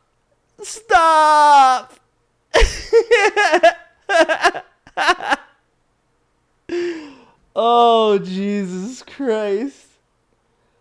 Oh, he's making us look so strong. He's Donald Trump. My cult leader makes us look so strong. He told Vladimir, he said, I'm going to end the war in 24 hours. And then when Donald Trump couldn't get it done, Donald Trump tweeted at him, stop. Oh my God, this is what just drives me nuts about Trump supporters. They're like, Donald Trump scares Vladimir Putin. Vladimir Putin literally was a fucking KGB agent. Not just a KGB agent. He was a counterintelligence KGB agent. He fucking investigated other KGB agents. Vladimir Putin is a scary ass dude. He's a literal fucking gangster. Donald Trump doesn't put the fear in a 5-year-old. Donald Trump's about as dangerous as a blind man with a butter knife. Ain't nobody ever been scared of Donald Trump. Dude, he went on the, was it Impulsive? The Logan Paul or Jake Paul, whichever one of those dudes. He went on there and they talked about boxing, and he's like, "Oh, I love the boxing. I love it. I do like it. I like it a lot." And they're like, "You ever been in a fight?" And he's like, No, I can't fight. And I was like, holy shit, that's the first time Donald Trump has ever been honest in his entire fucking life. And you know why? Because he's like, if I say yes here, I might get my ass beat. Oh, shit. Stop! In June, I will have that war settled. 100% sure. Oh, my God. Before I even arrive at the Oval Office, shortly after I win the presidency, I will have the horrible war between Russia and Ukraine settled, and we'll do it quickly. Before I even arrive at the Oval Office, shortly after I win the presidency, I will have the horrible war between Russia and Exactly, Ukraine Cajun. settled, with Ukraine and Russia. I will get them to settle that war very quickly, even before I become president, as a president-elect. Yeah, and now there are reports saying that Donald Trump said that Trump was only joking about ending Russia's war in Ukraine in 24 hours. He says, "He's just joking. It was just a joke. Why are you guys taking this shit so seriously? You fucking kidding, guys?" Oh, God. I love these people. I do. An interview with Time. Yeah, you got both Spurs. Well, it's not a very funny joke. And also, you weren't joking. You 100% meant it. And now we're almost 100 days in. And you're the best way you can think of. Bro, people should start a GoFundMe to send Trump over to Russia. Be like, we need real action being taken by this president. We have bought a plane ticket. It's a GoFundMe, and we're going to send Donald Trump over to meet with Vladimir Putin on the 35th floor of this really tall building with really bad windows. Okay? We couldn't afford to get a better building. We found the tallest one we could. I think somebody should start a GoFundMe. Ending the war is just by simply tweeting at Vladimir Putin to stop. Damn. Yeah, really great leadership. And Vladimir's not stopping because Ukraine was hit by another night of deadly Russian he's just strikes. like fucking push the button. Trump's tweet. So he has no respect. Look at this. He has no respect for the United States or for Donald Trump. And it looks like the Vatican has no respect for Trump either. Because Trump was put in a third tier. They put him in the third tier. At Pope Francis's funeral. Oh, so much respect. The respect don't President stop. Donald Trump will not be seated in the front row of dignitaries at Pope Francis's funeral at St. Petersburg. Or St. Peter's Basilica in Vatican City. Of course he's not looking in to fact, end wars. He's not even seated He's in part the of the second row. complex. He Trump loves will this be shit. seated in the third row, according It's just to his Telegraph. supporters are too dumb here's to why. understand From that. migration to environment in Gaza, Trump and the late Pope Francis did not see eye to eye on various issues. Yeah, Francis hated When Trump was his running ass. for president for the first time in 2016, Francis called him not Christian over his proposals to build a wall we at already the knew that. U.S.-Mexico border. Trump responded by calling the remarks disgraceful. Yeah, so he got a third row seat. I'm still trying to find out where Joe Biden, because Joe Biden went. I'm trying to find out where he was sat because I'm wondering if Joe Biden, who is an actual Catholic, an actual Catholic, further ahead than Donald Trump. And here is just one blunder. There are two. There's Joe back there. Donald Trump. You notice something about this photo? They put him in the back. Do you notice something about this photo? Yeah, Everyone his else blue is in ass black. suit. Donald Trump wore navy to the Pope's funeral. It's so I don't know. It looked like there's another guy. disrespectful. Isn't there at least one And he guy? was also, I mean, it looks like he was texting. He's probably tweeting I was gonna say at the funeral. why does that's probably when he fucking sent that message. Donald Trump probably, like, you know, his news feeds popped up. Fucking Pete Hegseth's wife's in a Signal chat letting him know that Fox News just started talking about Vladimir Putin bombing Ukraine. So Donald Trump's like getting like third-hand story from Pete Hegseth's wife about Fox News. And he looks down and he's like, damn it, Vladimir, stop. Like, it reminds me of Napoleon Dynamite when I say stop. Like, that's how I imagine Donald Trump saying it. Stop. Like, he's just like tweeting at him while he's at the Pope's funeral. Why does he always look like a petulant child? Donald Trump sits like a petulant child. Like, that's the kind of kid that, like, in class, like, the teacher is like, hey, Donald, wake up. Oh, so much respect for the country, guys. We're getting all the respect right now. Are you fucking kidding me right now? Holy You're texting shit. at the Pope's funeral? You can't even pay attention. You can definitely for text 5 at my seconds? funeral, Redonk. Unless I become the Pope. If I become the Pope, no texting. Meanwhile, there's a chance. Joe Biden actually just so you guys know. wore black. Wearing black is a sign of respect, as someone mentioned here. I don't go to funerals, and then so I don't know. Here's just another photo of it. Look at it's his just ass. so stark. Dude, really? Look at his ass. Oh my God. Oh. He's just like, this is from a bunch of dudes that believe in stoicism and shit like that, right? Like the red pill manosphere dudes. They're like, we're the toughest men on this planet. And that right there, that's our guy. Slumped forward, fucking with his phone, wearing a dumpy suit. You can't make this shit up. Come on, guys. Come on. Like, all I'm asking, look, Trump supporters. All I'm asking for you guys to do is just say, like, he could have done better, right? Like, that's all I'm asking for. Just you guys, you real simple, small, just a tiny thing for you guys to do. Just be like, he ain't being stoic right now. All right? Yeah, he's looking bored. That's like the opposite of stoic, bro. Okay? Andrew Tate's watching, bro. Okay? Fucking Rollo Tomasi is watching. And they're seeing this, and they're wondering, like, who is this guy? Because, like, this guy doesn't look like he lifts, all right? He's just sitting there all frumpy and shit, tweeting people, looking at Fox News on his phone. Like, all I'm asking for, Trump supporters, is just say, yeah, he could have done better. He could have, but you can't say that because you're in a cult. And if you say that, then he'll see that shit pop up on your newsfeed, and he'll come to your house and deport you with that 2-year-old. It'll be you on the same plane as that 2-year-old getting deported. Yep. So stoic. Good job, Scott. See, that's why I like you. Really wore a blue suit. Every once in a while. Navy at least. Good job. Blue. Totally embarrassing. That's right. I dropped the Rollo Tomasi. I know That's things. Why I want you to remember that original photo. Because Zelensky showed up in black. And do you remember Zelensky getting yelled at from Donald Trump and J.D. Vance because he wore his wartime outfit to the White House? Donald Trump can't even bring himself to buy or wear a black suit in respect for the Pope. Knowing what we know about Donald Trump and the Pope's disagreements, the Pope just wanting Trump to act like an actual... I gotta say, those security guards, that is well, I'm conflicted, guys.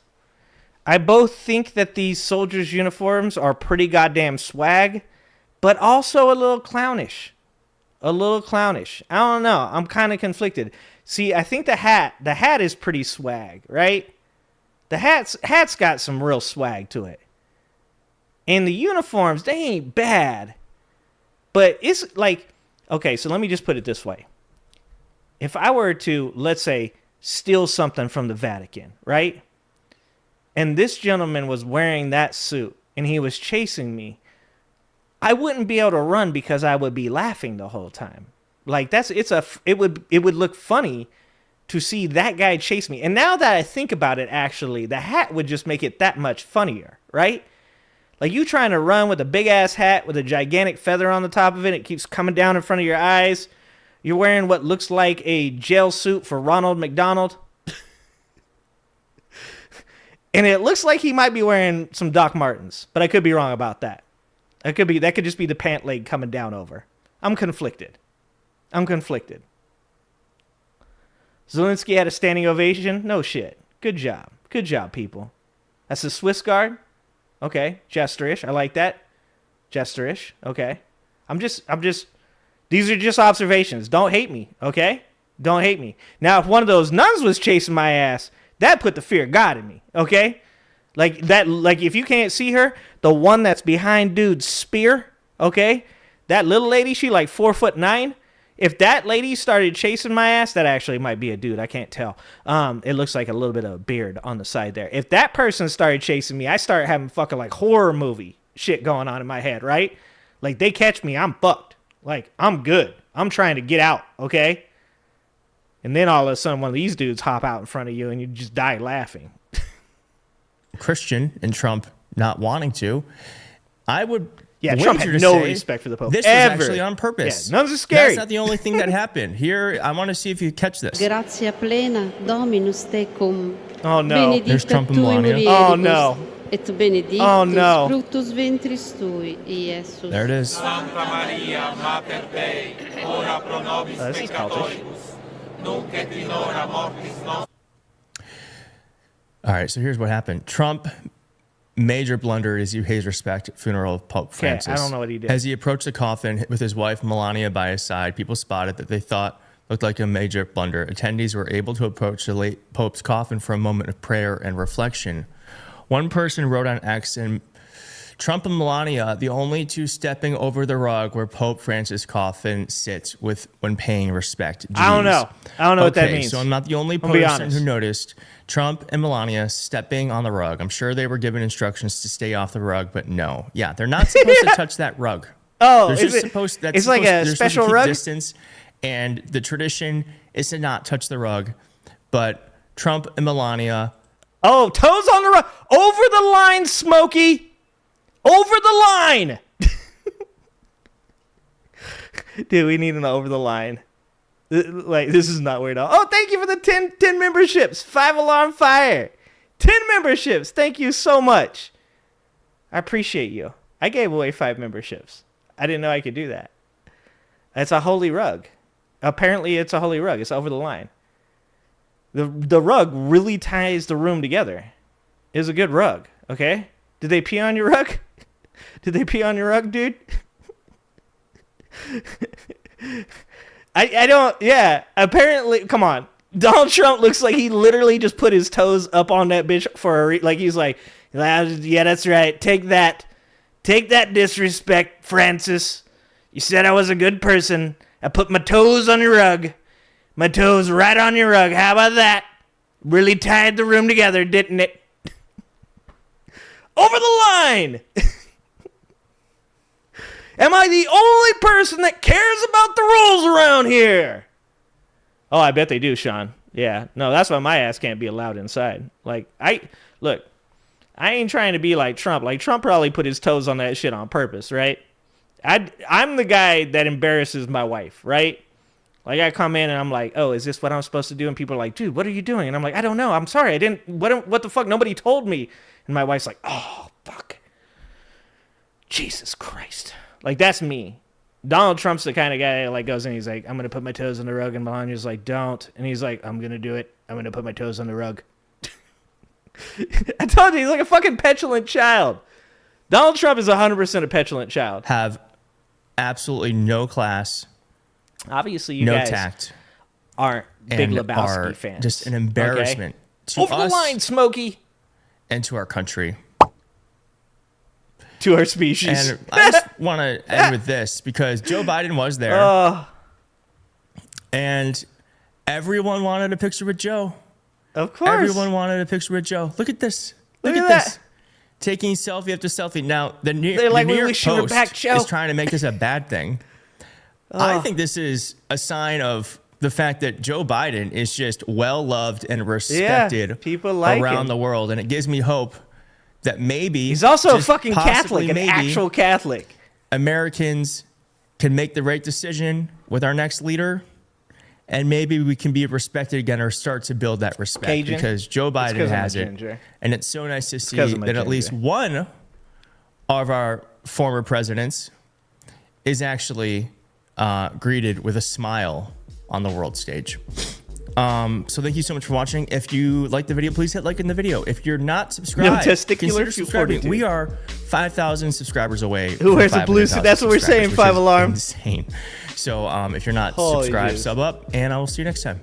Yeah, I like this dude. I mean, this was not, his other video is funnier, but this was just him being semi-depressed about how bad our situation is, and that's kind of understandable. Cajun, I'm the type of dude that's like, if I'm there at that funeral and Donald Trump puts his toes on the rugs, I'm yelling, "Over the line, Donald!" Does nobody care about the rules but me? Am I going crazy? And my wife's like, fucking stop. Stop. Stop. Stop. Dude, this shit's going down in history. Dude, we went from like the most well-respected country in the whole goddamn world to people just making fun of our president's tweets, dude. Like, he's lost his game for one. Like, back in the day, people were kind of like, even if you didn't like him, you're like, he's an asshole, but the tweets are pretty fire. He's lost his game.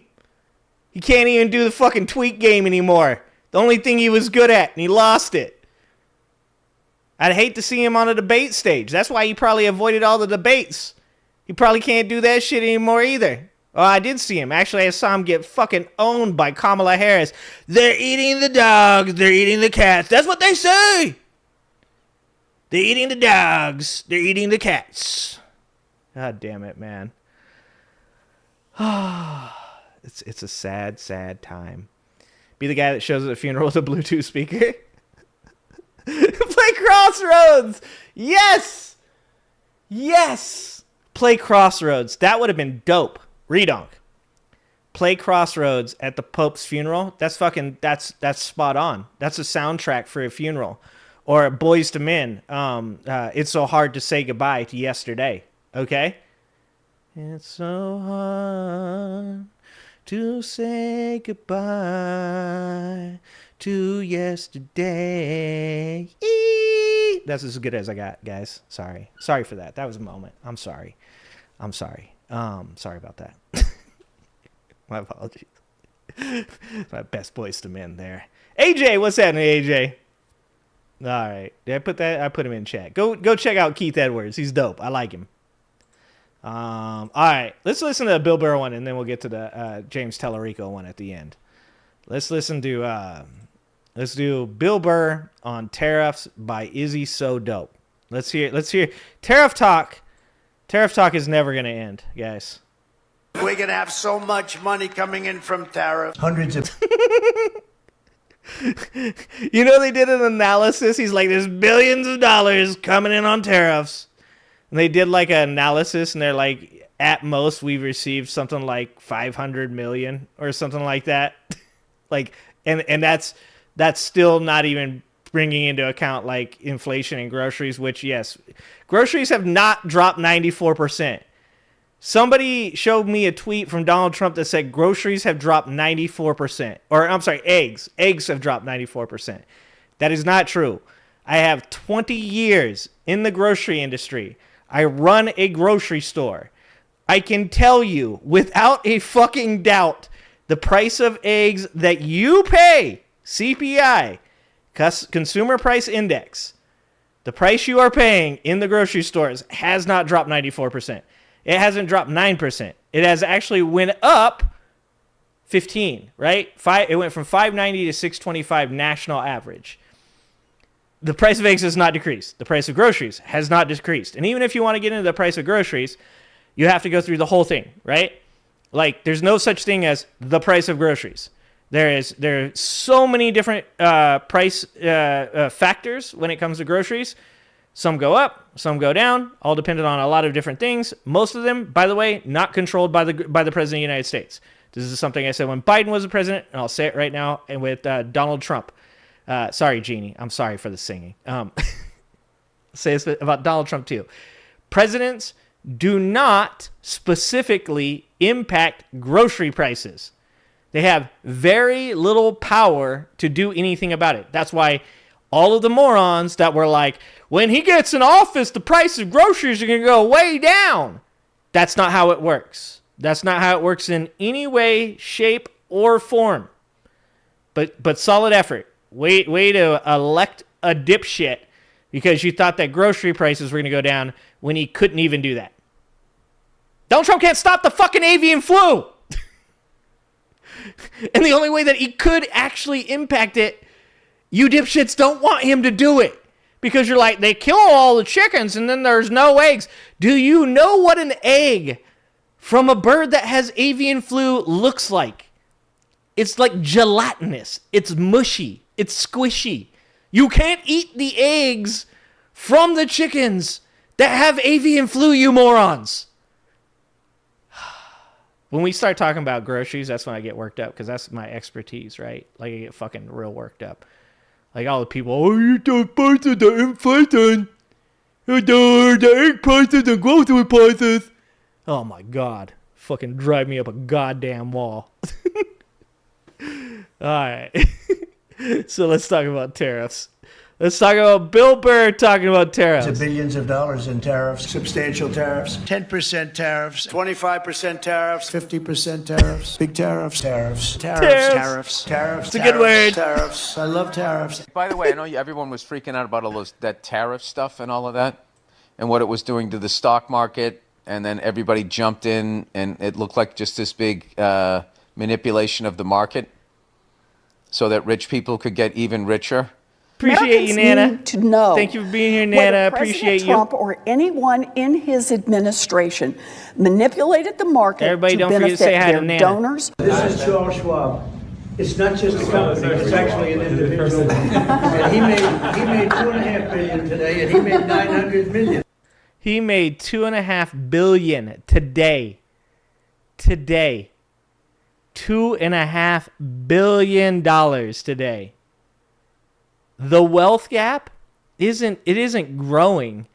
It's like a fucking Frank Thomas home run. It is going, fucking gone. Moonshot. The wealth gap is so far over the fucking horizon, you can't see it proving that the earth is round. We are done. We are cooked.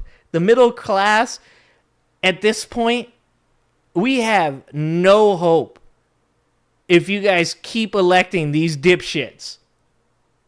Donald Trump is not a man for the middle class.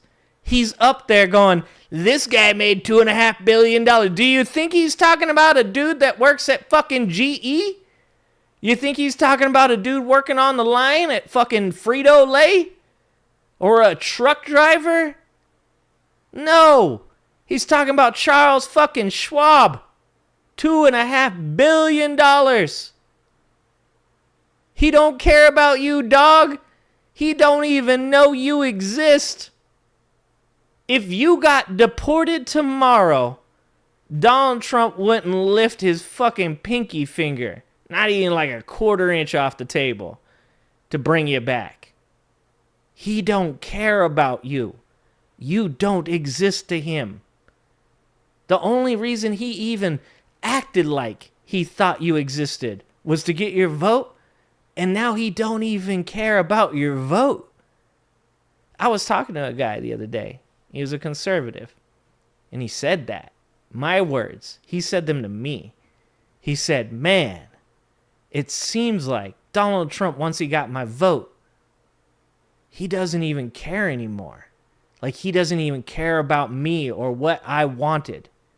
He seems like now that he has my vote, I don't even exist. And I was like, those are my words. Glad you're saying them. It's good to know that you know. I'm glad that some people are waking the fuck up. But ain't enough of them. More of them need to wake up. Because there ain't nothing about this administration that is pro-middle class. They tempted you. They told you. They baited you. They were like, yeah, we might tax the rich 40%, which, first of all, wouldn't be shit. But we might take them 37-40. It's on the table. It's on the table. They baited you. This is how dumb they think you are. And I'm talking to conservatives. This is how dumb Donald Trump thinks you are. He comes out and says, we might tax the rich. We might do it. And you're like, holy shit, there it is. Look, he's doing something, guys. He's going to fix the problem.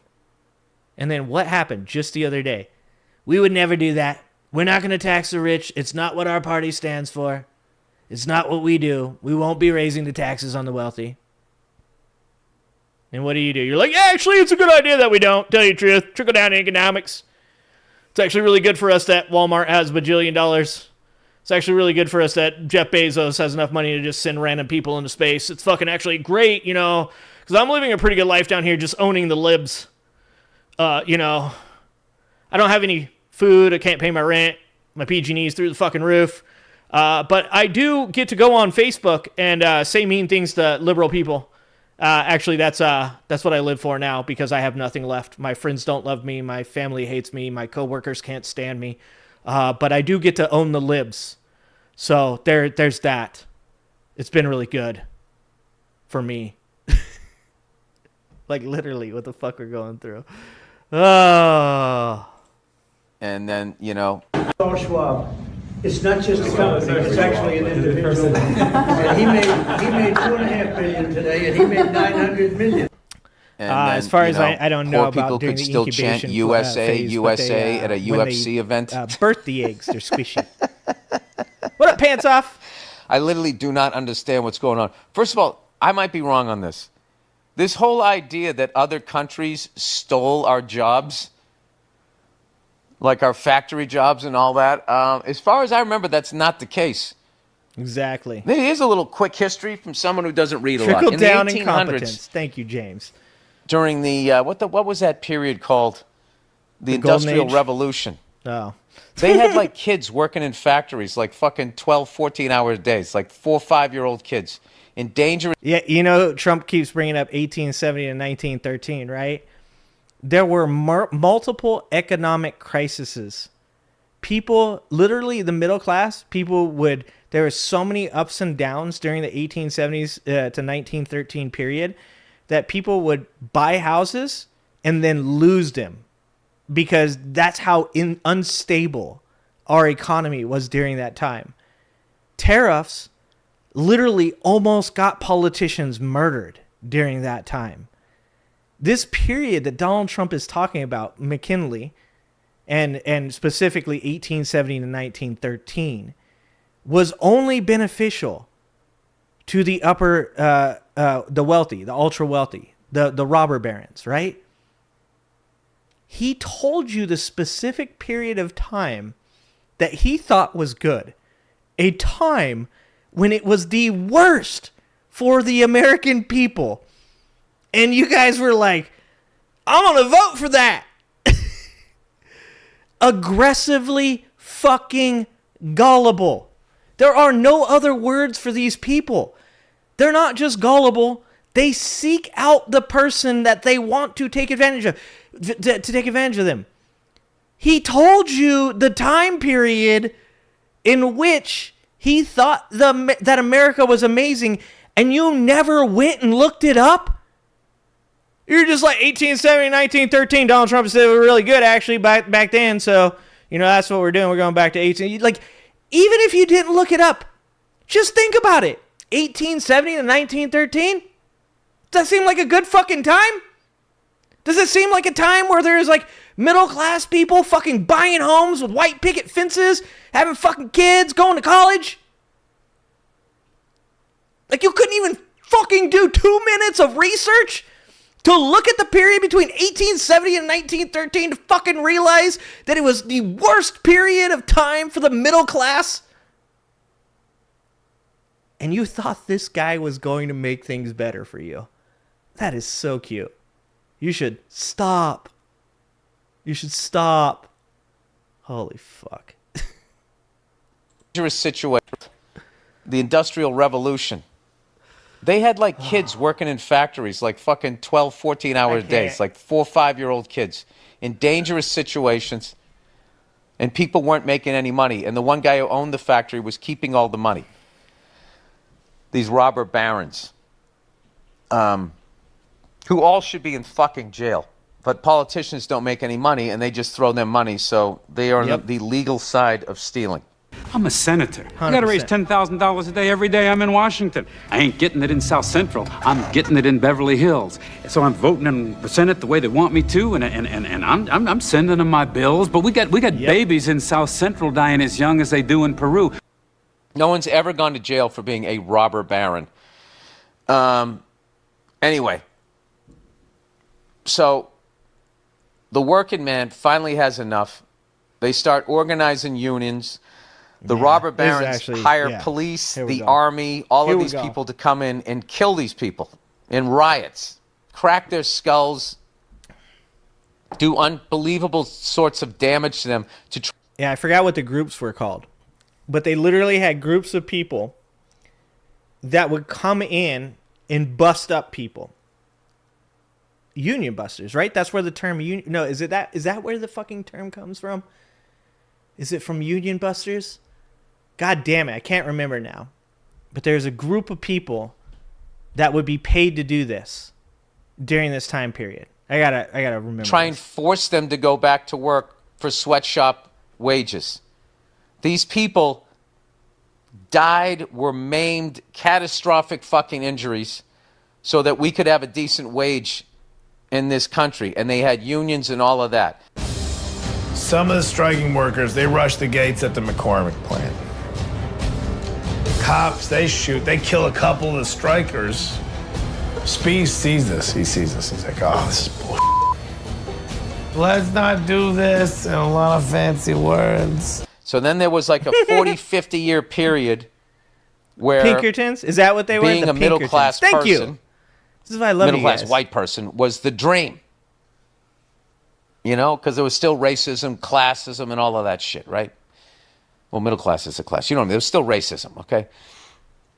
And then what happened was eventually these corporations just got sick of dealing with these unions and their hard-nosed negotiating and all that. And then they just said, well, fuck you then. Keep your union, keep your factory. We're leaving.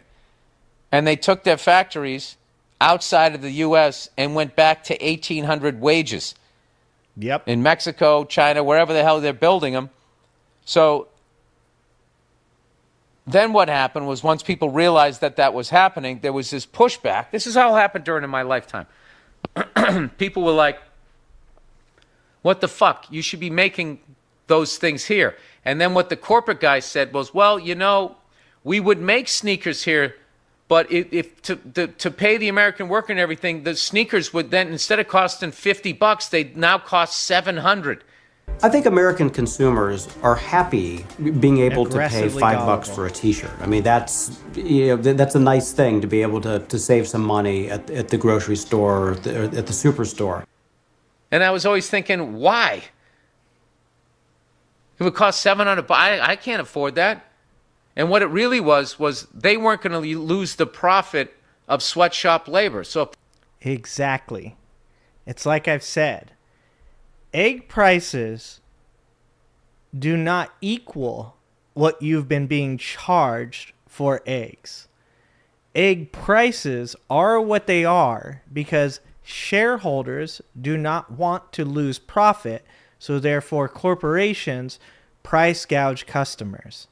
The executive from Kroger's testified that they had inflated the price of eggs to make up for the profit margins that they were losing on transportation, gas, other things during COVID. I was talking to a lady the other day in the store, and she was saying how much she likes working or shopping in the store that I run. And she said, I hate these corporations. It seems like they're just soulless. All they care about is profit. So I want to shop in a mom and pop store. Now, I don't price gouge people on eggs because I'm not a shitty human being. Instead, I sell my eggs at a loss because I want to take care of the community that I live in.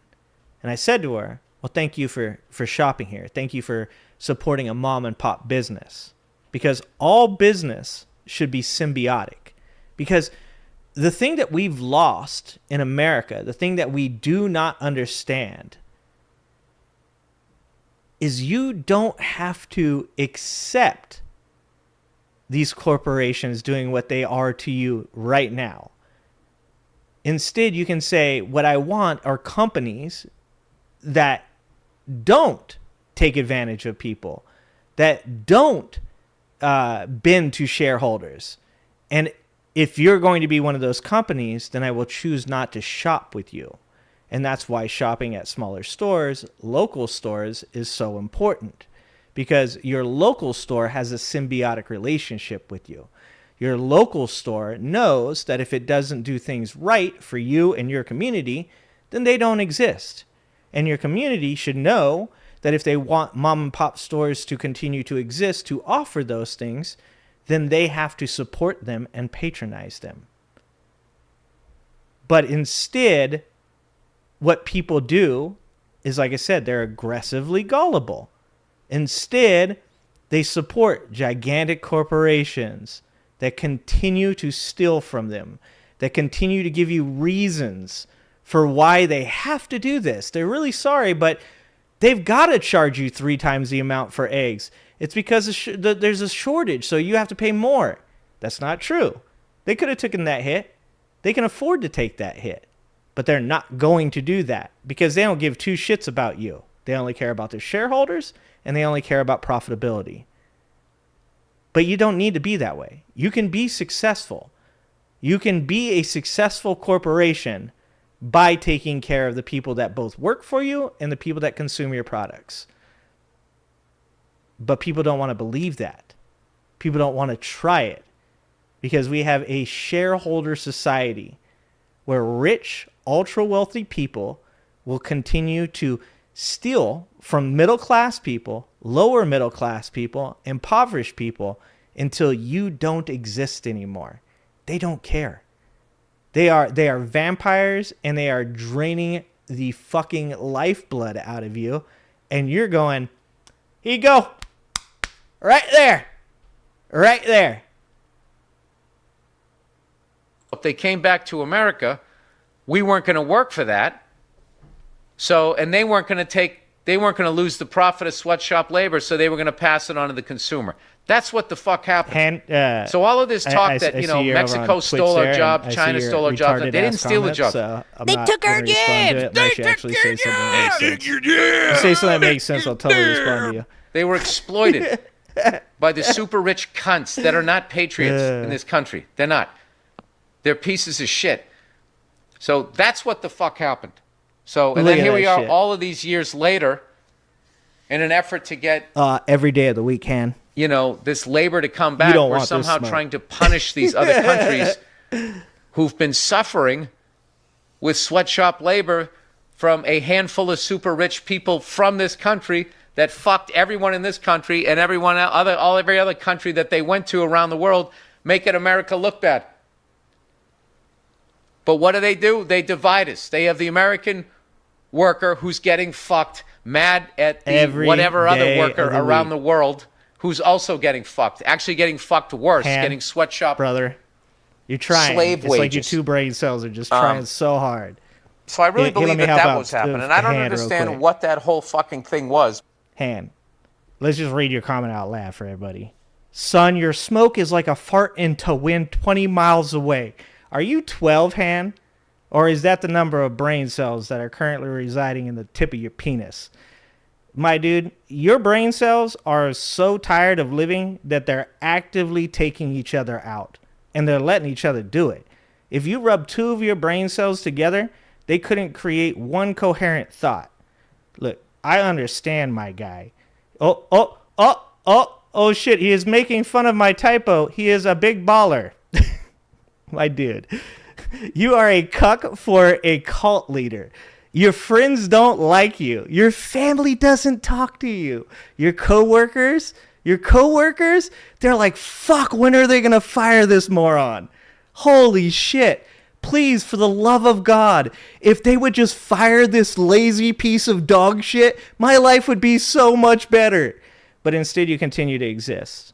You do.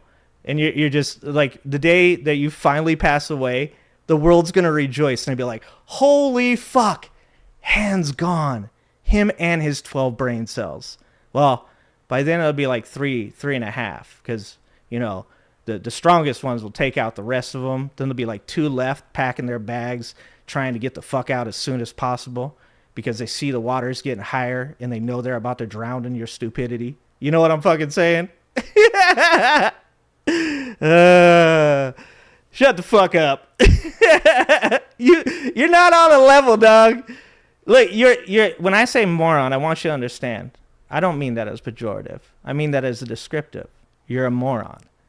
You're not smart. You're low IQ. And we all know it. We can see it. It's like we don't even need to like even know you. We just read like half of the shit you write. And we're like, holy fuck, look at this. This is a level of stupidity that should be studied. They should grab these people, take them somewhere, and fucking just take grams of their brains. Look at it. Because it really is. It's interesting. It's interesting to see how a set of people could be this fucking dumb in a society that has this much information. It's insane. It's insane. And it should be studied. Oh, I appreciate you. Thank you for being here. You are my content. Every once in a while, I get one of you guys, and it's so fun. You guys make my day. His real name is Mark. But all I know is once again, the market tanked, and a bunch of rich people, right before they turned it back on again, went in and made a ridiculous amount of money, and they're all high-fiving with each other. Yep.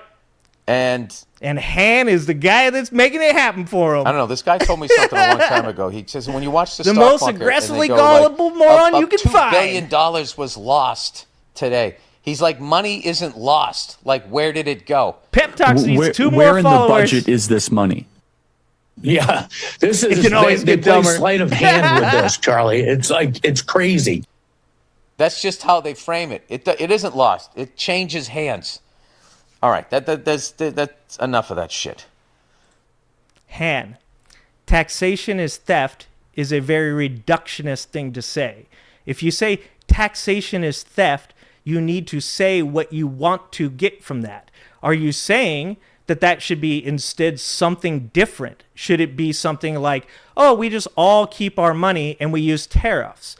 Because if we use tariffs, you fucking moron, that's a regressive tax. Do you know what a regressive tax is? Do you know the difference between a proportionate tax, a regressive tax, and a progressive tax? If you don't know the difference between those 3 things, then you need to shut the fuck up, go read a book, get out of the cult, and go find somebody, just anybody, that can teach you what they are. Please do tell me what a regressive tax is. Please do tell me what proportionate tax is.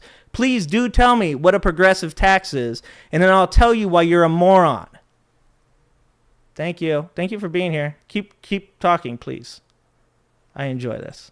Enough of that shit. It's just an astoundingly greedy and ignorant time these last 10 fucking years. Yeah, it's just not even 10. These last 20 fucking years. Whenever we went into Iraq, for the reasons we went in there and the reasons we said we were going there was never discovered, and we're still there, and it bled us dry. Go read a book and then come back and I'll talk to you. Okay? With the dollar. It's not Trump. It's not Biden. Go read a book and we can have a real conversation. conversation. We went in there. We had no exit plan. We're still there, and we're beyond fucking bankrupt. And for whatever reason, you can't talk. We can't just be like, all right, we made a mistake. There's real problems. You thought you had this shit. You didn't. Tariffs are taxes. Sorry about that. They're regressive taxes. I don't know. What is a regressive tax, Han? All of this. There's a reason I'm asking you that. I am at least smart Jesus enough Christ. to not attribute the level any of of this shit stupidity to a of these blue people or a is red beyond tie. I like fucking to belief. think that. What is a regressive tax, Han? So y'all was Answer in the Iraq fucking together? question. Yeah, we was in Iraq. What did you do? We was looking for weapons of mass destruction. Did you ever find them? You know goddamn well we ain't find them.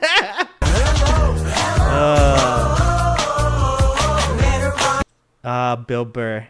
Thank God we have Bill Burr.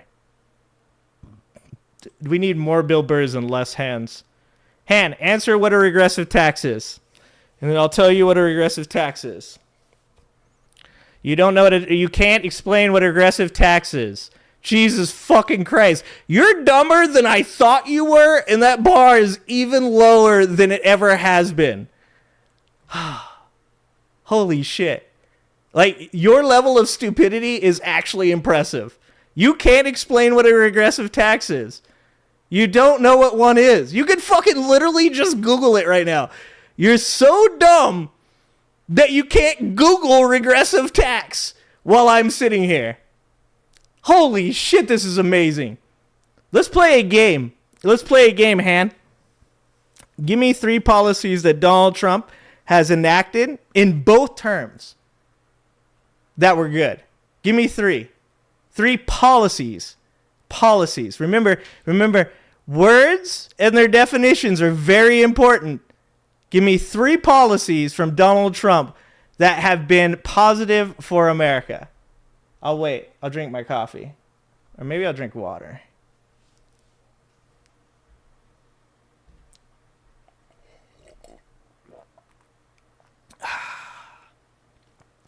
I'm asking him to look up the definition. I'm allowing him the chance to look up the definition of regressive. He doesn't understand. Here, let me just explain it for all the people out there. Why regressive taxes are the worst. That's not a policy. Han, that's not a policy. Han, I know you're a moron. I know this is hard for you. I understand how difficult it is to be a Trump supporter and to have any brain cells left. That's not a policy.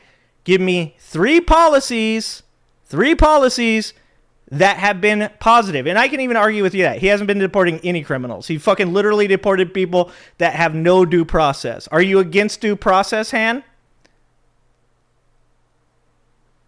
Policies. Give me policies and then tell me whether or not you're for or against due process. How do you determine whether or not somebody is a criminal? Yes. How did you determine that how did Obama deport those people, Han? How? What was the process that Obama used to deport those people? Did he not give them due process? Come on, buddy. Come on, buddy. You can do it.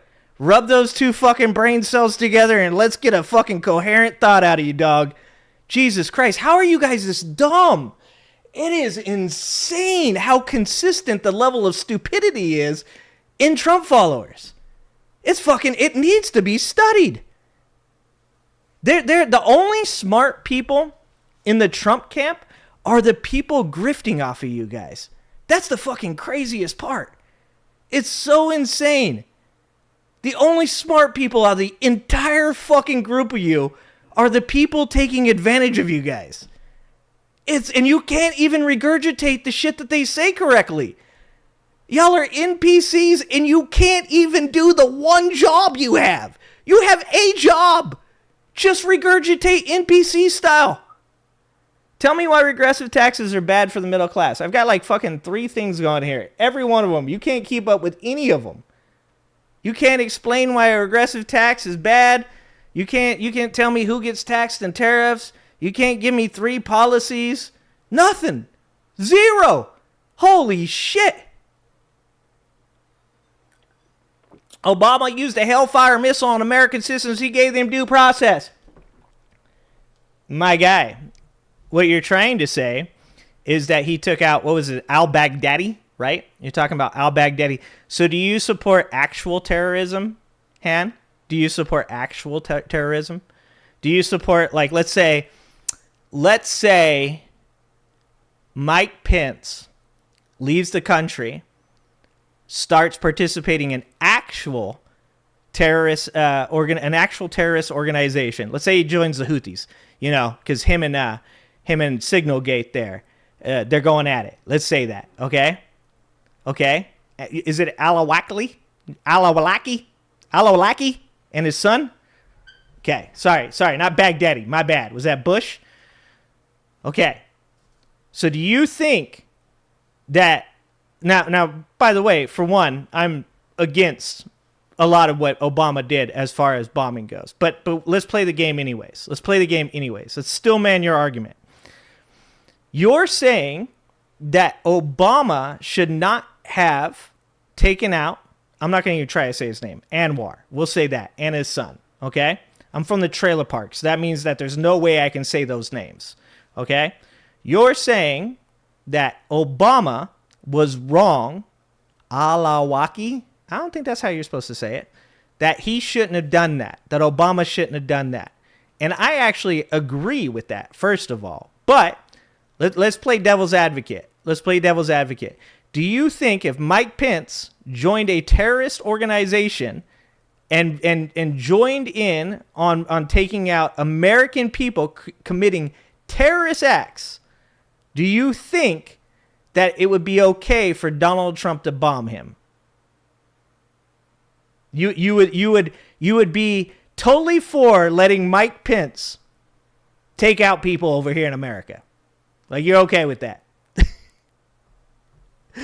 Yeah, Obama was the deporter in chief, but he gave people due process. But as you can see, our good friend Han there can't defend that because he knows that Obama gave those people due process. He allowed the system to do what it was supposed to do before deporting those things. And what he's trying to do here, he's trying to draw a parallel between what Obama did and what Trump did, but you can't. That's a false analogy. That's not analogous.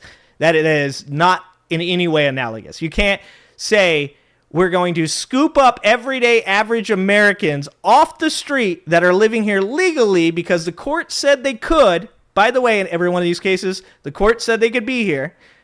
And then you're going to deport them without due process. You can't do that. It doesn't matter. Han, how are you so bad at this? You guys are so passionate about this shit.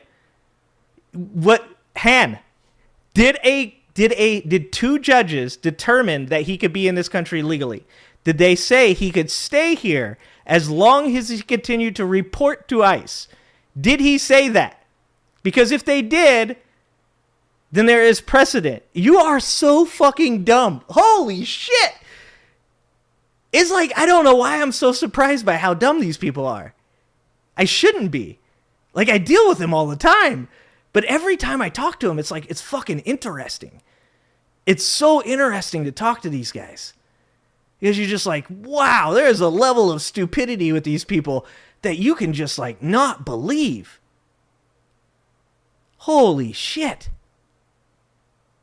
Yeah, I know. I stopped. Well, the trolls stopped coming. After a while, they don't have any ammo left. So they just like, they try the same thing a couple times and I shit on them, and then they just stop coming around. Han won't be here next time. This is the last time you'll ever see Han, because Han understands that he doesn't know a goddamn thing about what he's talking about. He's just regurgitating points, and he's not even doing that well. Oh, I'm going to definitely get deported. I'm definitely getting snatched off the street and deported. It's like watching a train wreck. Yeah, you just can't look away. I can't stop. I'm like, this is my shit. I only care about who. Hold on. Dipshit. I told you that I actually support due process for even the fucking terrorist, dude. Dipshit. I said I'm playing devil's advocate. Do you know what devil's advocate means? Holy fuck. Holy shit, Kadarius Toney. Would I be able to debate you for 4 to 5 hours at 10:30? What is this? Kadarius Toney's a shit receiver. not talking to Kadarius Toney. Aren't you supposed to be in jail?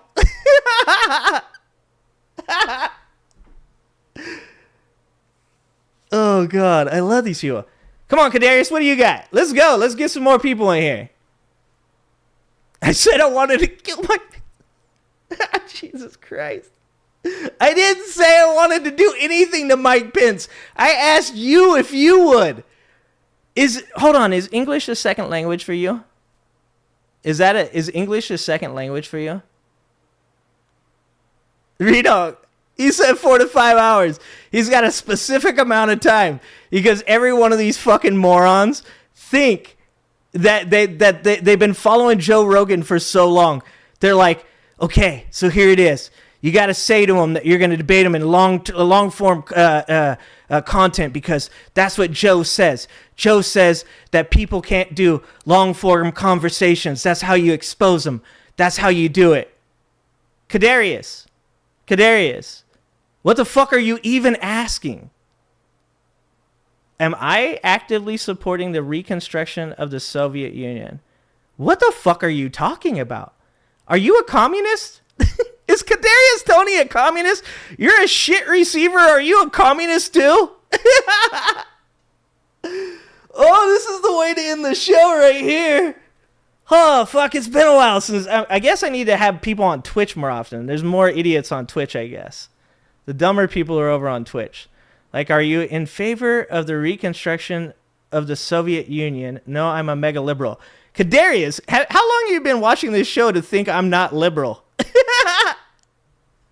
Holy fuck, did you just come in while I was fucking roasting, dude, and also take my devil's advocate the wrong way as well? Holy shit! I told you I'm not party specific. I'll shit on everybody. Brother, you can't be that dumb. You've been here for 45 seconds and you've decided what my political ideology is?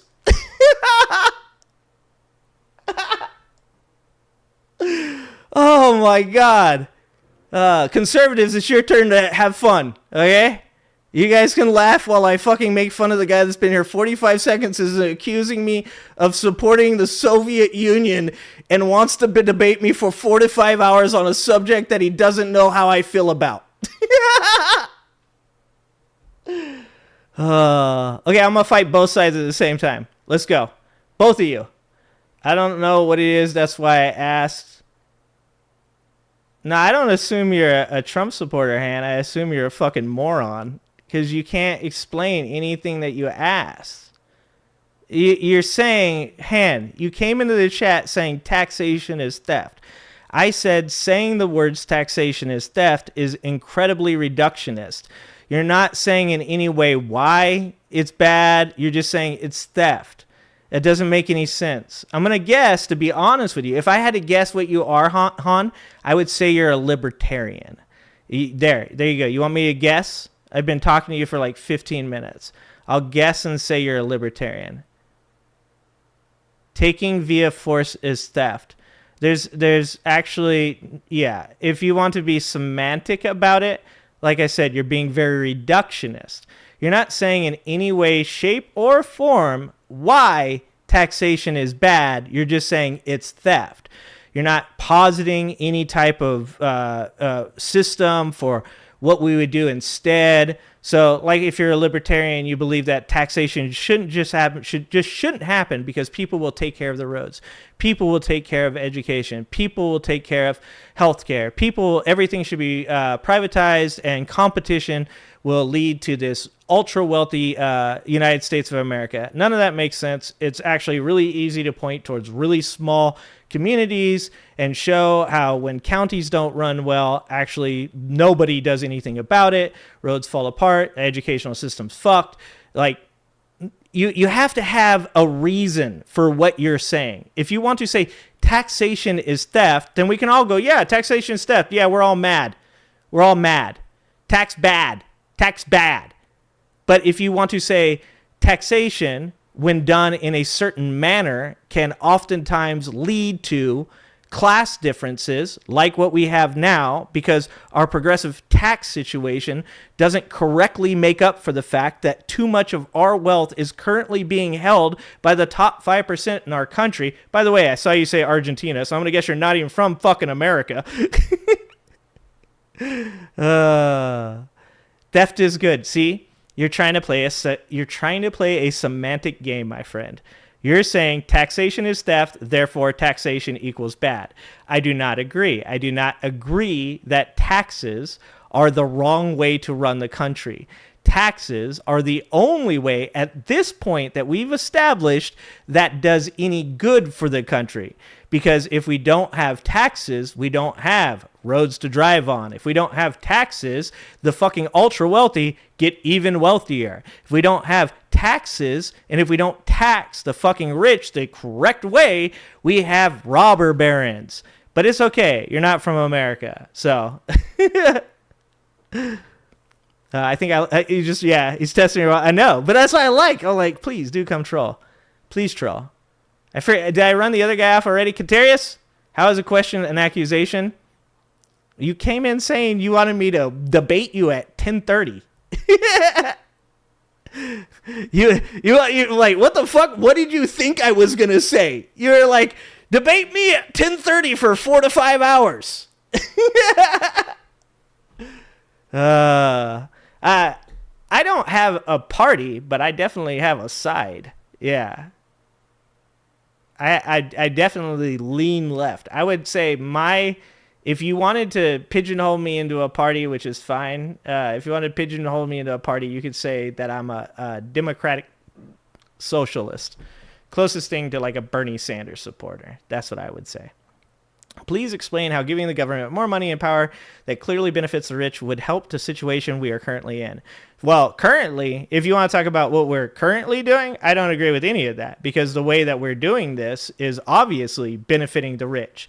Nothing that Donald Trump is doing right now is helping the middle class even a little bit. That's why I asked you what a regressive tax is, because tariffs are regressive taxes. If you're for tariffs, then you are for taxing the middle class. That does not tax the ultra wealthy. It does not tax corporations. It only taxes consumers, the people that consume the most and are affected the most by prices going up inside of stores are middle class people, lower middle class people, and impoverished people. If you want to talk about how we should fix the situation we're currently in and how taxes could do that, you would do it by taxing the rich, Han, you moron. Jesus fucking Christ. It's called a progressive tax system. We used it. Theodore fucking Roosevelt, 93 fucking %. That's how you beat robber barons. That's how you close the wage gap. You do it by taxing the rich at a proportionate rate. Holy fuck, you can't be this dumb. You must be a troll, but I love it, so keep going. Thank you for the 10 memberships, 5 Alarm. Thank you. Thank you. So your solution is to get corrupt government officials to pass laws so it would tax the rich whom they work for, basically. No, I would not get the ones that work for them. See, so I'm going to drop another fallacy on you here. See, your fallacy is that all politicians are corrupt. So you believe that the only way to get this taken care of is to take complete power out of the hands of the politicians. That's not true. There are good politicians. There are people that believe in taxing the rich. Bernie Sanders believes in taxing. And before you go, Bernie Sanders is rich, he has 2 homes.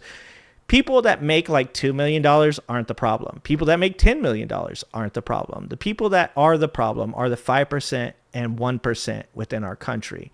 Those people, the ultra wealthy, the corporations, those are the problem.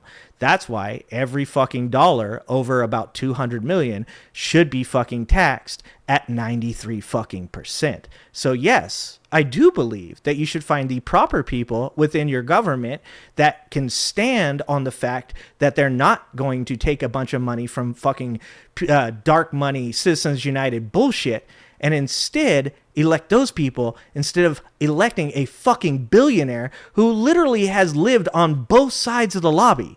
He has lobbied and he is being lobbied now. A guy that has a fucking meme coin. His wife has a meme coin. He is literally fucking opening the White House up to a bunch of techno fucking oligarchs. That would be the guy that I wouldn't put in charge of doing exactly what I'm saying to do. This is not hard.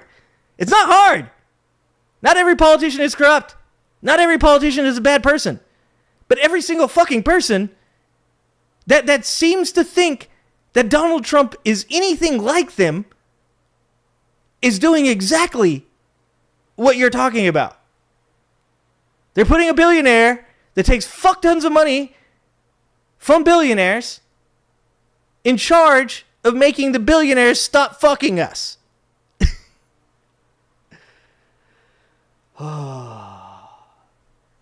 Theodore Roosevelt already did it. Theodore Roosevelt already accomplished it. It's already there. It doesn't need to be changed. It doesn't need to be fixed. Citizens United needs to be overturned. Dark money needs to be overturned. Taxes need to pay for, I would say, 4 presidential candidates. I think that there should be 4 parties. I believe there should be a progressive party. I believe there should be a Democratic party. I believe there should be a Republican party. And I believe there should be a fascist party, because there's a bunch of fucking fascists in the right now. So there should be 4 parties. Those 4 parties should have presidential candidates. They should be primaried, and eventually they should each have a candidate. Every one of those candidates should have equal amounts of screen time and debate time. All of that should be paid for with taxes. My money should pay for that. Not Big Pharma's money, not fucking the military complex's money, not corporations' money. My taxes should pay for that. And I will willingly pay that if I know that I can get a system where I actually get a choice between real candidates that might represent me, and not just candidates that get paid by corporations to pass laws and tax loopholes that benefit them and continue to widen the wealth gap between me and them. That's how I would do it. Do you understand? Even if the government passed a law that taxed the rich at 93%, the rich would just leave and you would collect 0 taxes. Bullshit. Show me any time that has happened, Han. Show me a time where it's happened. See, the idea that the corporations will take their ball and go home is regarded. They won't. Do you know why they won't? Because we have the largest consumer basis, the largest consumer market in the fucking world, right here in America. They've already moved their factories outside of the country. Why do you think they do that? Because they get lower wages outside. They make higher profits inside. If you think that America as a market is going to be left out in the cold because we raise taxes on those people, you've lost your goddamn mind. They want to be here. They love being here. America is an amazing fucking country to live in. Ask Elon Musk what happened when he did move over there to China. They stole his shit. You know why? Because China doesn't have the same laws and protections that America does when it comes to companies and their patents. See, this is reductionist. Once again, this is reductionist. You just want to say, this is going to be a bad thing if we do this. Why? Because I have a feeling. I have a feeling it'll happen. But you can't back that up with any kind of statistic, no type of fact. You can't even provide a fucking example. Puerto Rico right now. Puerto Rico right now. Puerto Rico is what about it? Once again, can you use more words? Can you give me something to work with, troll boy? Use more words. Use more words. Holy fuck, I know it takes like 45 minutes for you to type it out with fucking one finger. You're like over there fucking doing this business, and it takes you fucking 45 minutes to type it out. Could you fucking form a complete sentence? Puerto Rico has no income tax if you live there for more than half a year. Yeah, so does Florida, dipshit. What do you understand? Holy fuck. Do you understand that we still get money from Puerto Rico? Do you know? Do you think like people in Florida don't pay any other taxes? Yes. Do you know what a regressive tax is, Han? Do you know what sales taxes are? Do you know what value-added taxes are? Do you know what property taxes are? Holy shit, dog, you can't be this dumb. They don't live tax-free. Holy fuck. You can't be this dumb. Yeah, you can. Yeah, you can. My bad. My bad. I'm sorry for dumb shaming you. Holy shit. You realize that every one of these states, like say Florida, right, that doesn't have a state tax, a state income tax, because it's written into their constitution, that all the other taxes within that state are generally higher. You do know that, right? Holy shit. Yeah, I don't give a fuck if Puerto Rico is a state or not, dog. It's a territory. It doesn't matter. Jesus fucking Christ. You're not a smart human being. Why do you keep saying tuh? Are you 12? You're 12, aren't you? You keep saying TEH. Are you 12? And you say lol, LUL. You have to be 12. Tell me, are you a kid? Han, tell me, are you a kid? Oh, Jesus Christ. Yeah, I know a little something about the tax system. I know a bit about the difference between state tax and federal tax.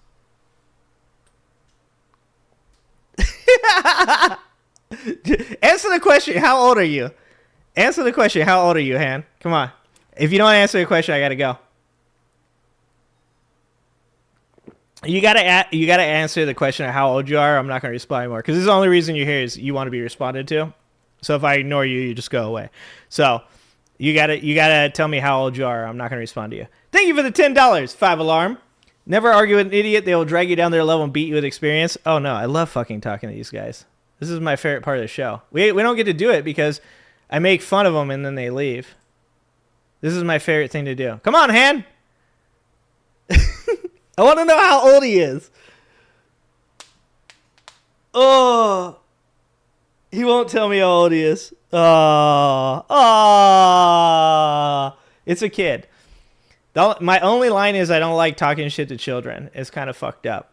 And it seems like Han, even if he isn't a kid, has the intellect of a 12-year-old. So actually my 12-year-old's smarter than Han is. So holy fuck. This has to be the worst troll date.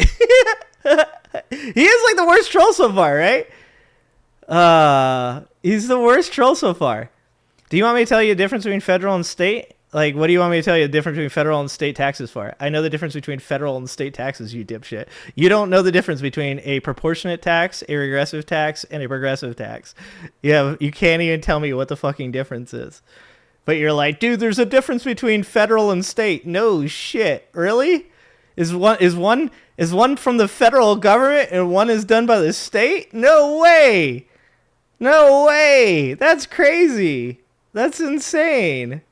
English is not his first language. No fucking way. Oh, shit. All right, Han, I gotta go. This is the end of the show. How long have we been on here? It's probably past time. No, we got like 5 minutes. I can do 5 more minutes. Yeah, it's got to be a kid, right? 15, Nina? All right, chat. How old do you think Han is? 15? I'm going 15. France tried this 75% tax a few years back. The price of mansions fell 50% because they were all going to leave. France quickly realized their mistake and didn't pass. Okay. So is that an analogous? Is that example that you're giving? Is it analogous to what we are talking about? Can you spell that? Can you spell that word for me?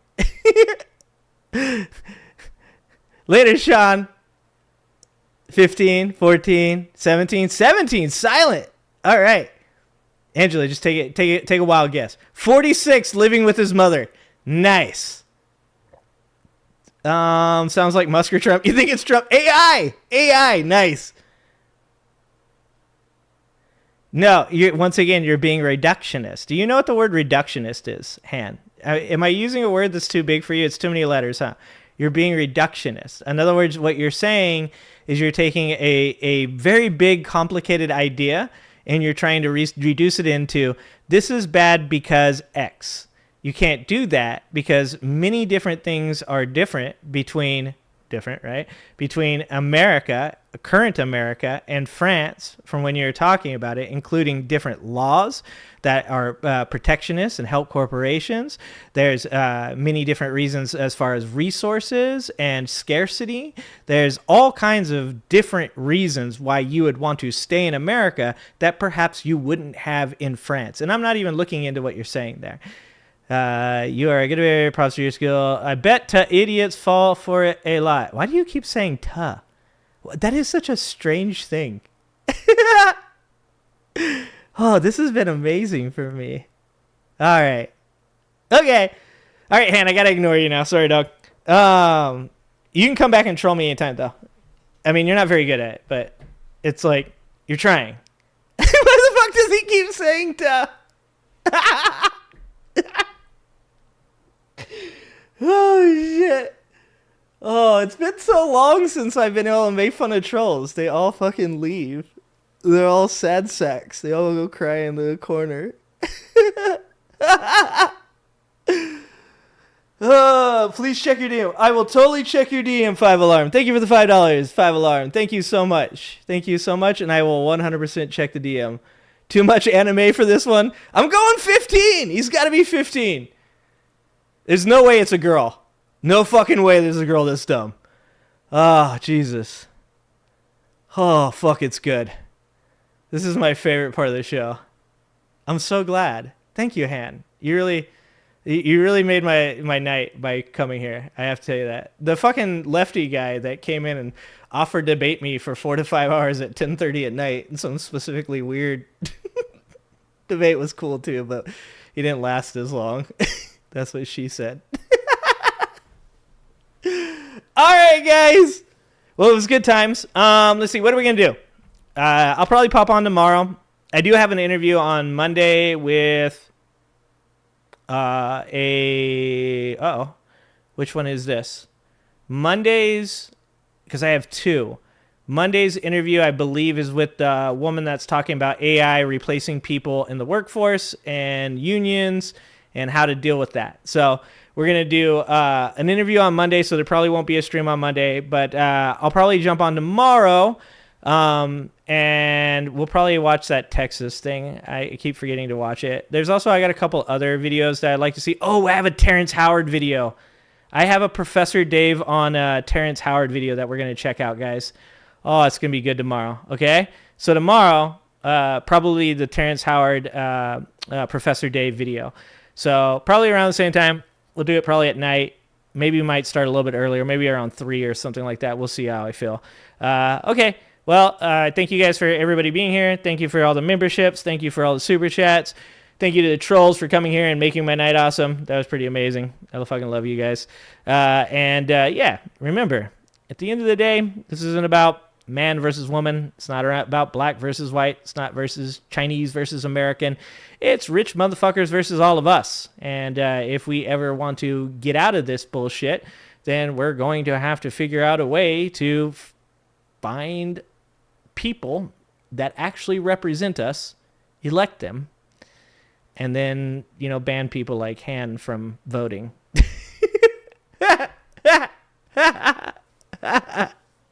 Oh, I love you guys. All right, guys. Love you guys. Appreciate you guys. And I will see you next